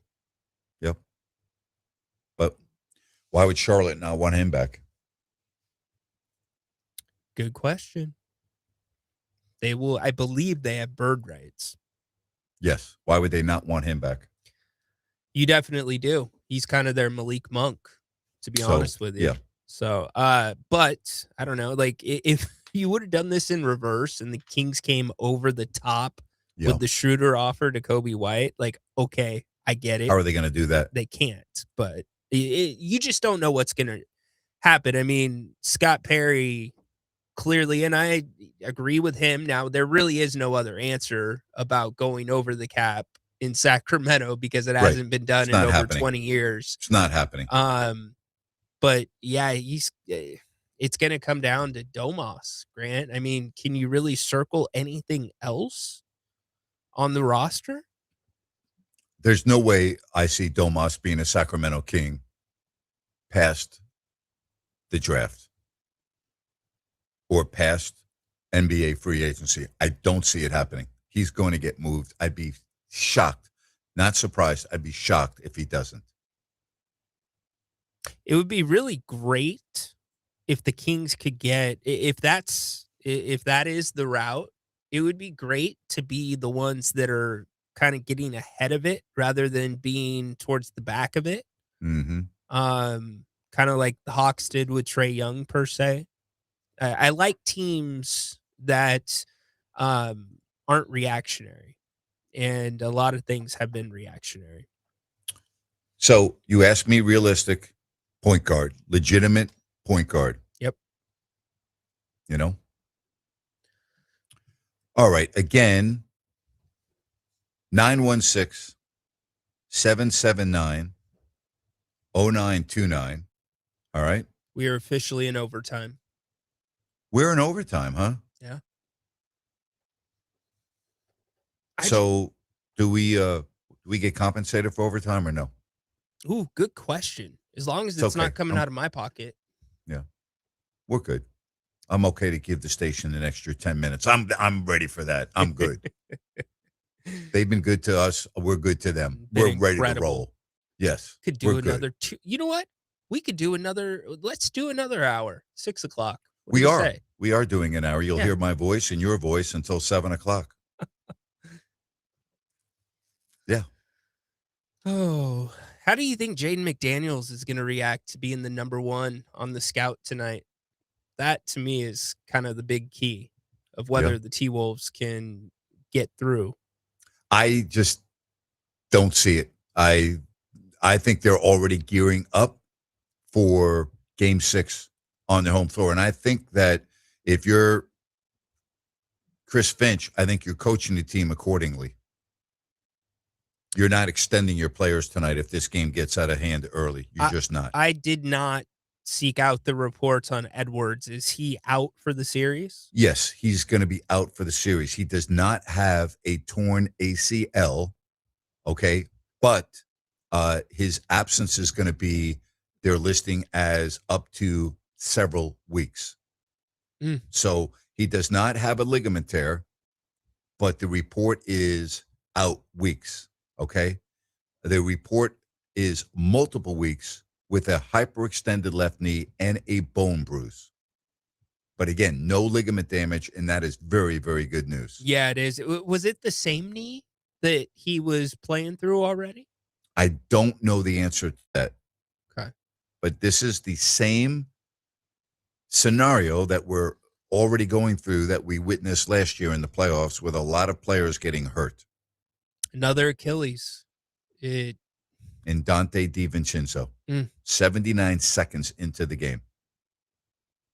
So your starting back court, I'm supposed to think that without the starting back court, and again, I understand when those two were not on the floor. I think, what was it, 62-42, I think, off memory, if they outscored them in the second half. That's not happening tonight. Unless Denver's just packed it in and they're upset. There's something going on behind the scenes that we're not privy to. But I just, especially with the way Game 4 ended and the hostilities with Nikola Jokic and the way that broke out, I got to believe Denver's going to come out and play an A game tonight. And I got to believe the Jokic brothers are going to be in attendance again. Yes. You think? Yes. I got to say, though, Steph Castle yesterday, it was not a respectful thing to do. But after that and one, when he put the ball in Denny Abia's chest, that was just one of those moments. But Portland, they're going to be better for this series. They are going to be much better for this series. I am excited to see what step they take next year. Now, they're not going to be contenders, but they've got a group. And Drew Holiday, you talk about, you say you want a bona fide point guard, a guy that's closer to the end than the beginning. Look at how he has transformed that team at times during the playoffs. He's arguably been their leader. What do you think you think the Magic are going to win tonight, right? So we're talking about a lot of different things, but you think they hold on and win this to go up 3-1, right? And if that happens, I'm assuming you're going to pick them to win the series. If they do win tonight, is that correct? I don't want to put words in your mouth. Not necessarily. Okay. You think Detroit could come back from 3-1 down? I do. Yes. Okay. What would make you believe that if they are down 3-1 to a team that's an 8th seed? Orlando's wildly inconsistent play at times. Yeah, but if you play defense the way they do, you can win games when your offense is inconsistent. They don't always play defense this way, right. you know, and they've had a very good balance so far in the playoffs, in the play-in. Defensively, it's been really good, and the offense has been there. But, you know, and Grant, you got to think about injuries too. I hate to say it, but there's almost an injury affecting almost every series right now. Sure is. Yes, indeed. That is a big part of it. We are winding down the 3-hour plus show. The latest Pistons and the Magic separated by 2 points with 8:30 left to go in the second quarter. The Thunder and the Suns, the Timberwolves and the Nuggets still coming up on the schedule. Hockey, Pittsburgh at the end of 2, holding on over Philly 3-2. They're down 3-1 in that series, so obviously they're facing elimination. And then starting in about 40 minutes, you've got Vegas and Utah. And then starting in about 65 minutes or so, I will be on YouTube and X with my Open Forum Monday show. So we'll catch up on all of the scores going on in the world of sports. If you want to call up and talk about the NFL draft, we can do that.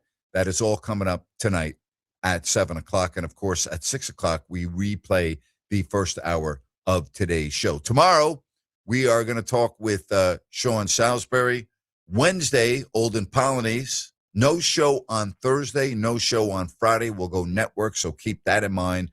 No local shows on Thursday and Friday. We'll be back with you on Monday. And then we're into May. And when you talk about May, for us here in this market, we're talking May 10th. That is when the NBA draft lottery will be held, and we'll be able to kind of get down to more of a likely scenario as it relates to the NBA draft. All right? Because if you're not 1, 2, 3, or 4, and in all likely, if you're not going to be 5, you would be 6 or 7, then that changes the equation a little bit. If you're 1, you're probably going to get Debonsa, and if you're not 1 and you're 2, 3, or 4, then you're going to still have a really good option depending on who you think is the best player available. And Scott Perry in his postseason press conference said that's the direction we're going in, and I think that is the right way to go. I think you do not draft for a position here. You're a bad team. You're a team that's got a lot of needs. You need to draft best available player. So I'm all on board for that. I think that is the way to go. That is, to me, the way to do it. And Scott Perry, I think, hit it right on the head. This franchise has too often not drafted best player available. And I think when you're a franchise like Sacramento and you're not very good, you need to get that guy. You need to draft someone special, best player available, and you don't go in a different direction because you already have someone you like at that position. Take the best guy. Pretty simple. Take the best guy. So we'll know for sure on May 10th what the selection will be in terms of the number for the Kings. We don't know who the player will be, but we know the number on May 10th, and thank goodness for that. All right. The first day of the week is in the books. Update you. Pistons now playing very well. 38-30 in the world of Disney over Orlando. My thanks to Joe Davidson of the Sacramento Bee for joining us on today's show. My thanks to Rhino in Sacktown. And for all of you that join us each and every day right here on Fox Sports Sacramento. Appreciate you all. Bye-bye now.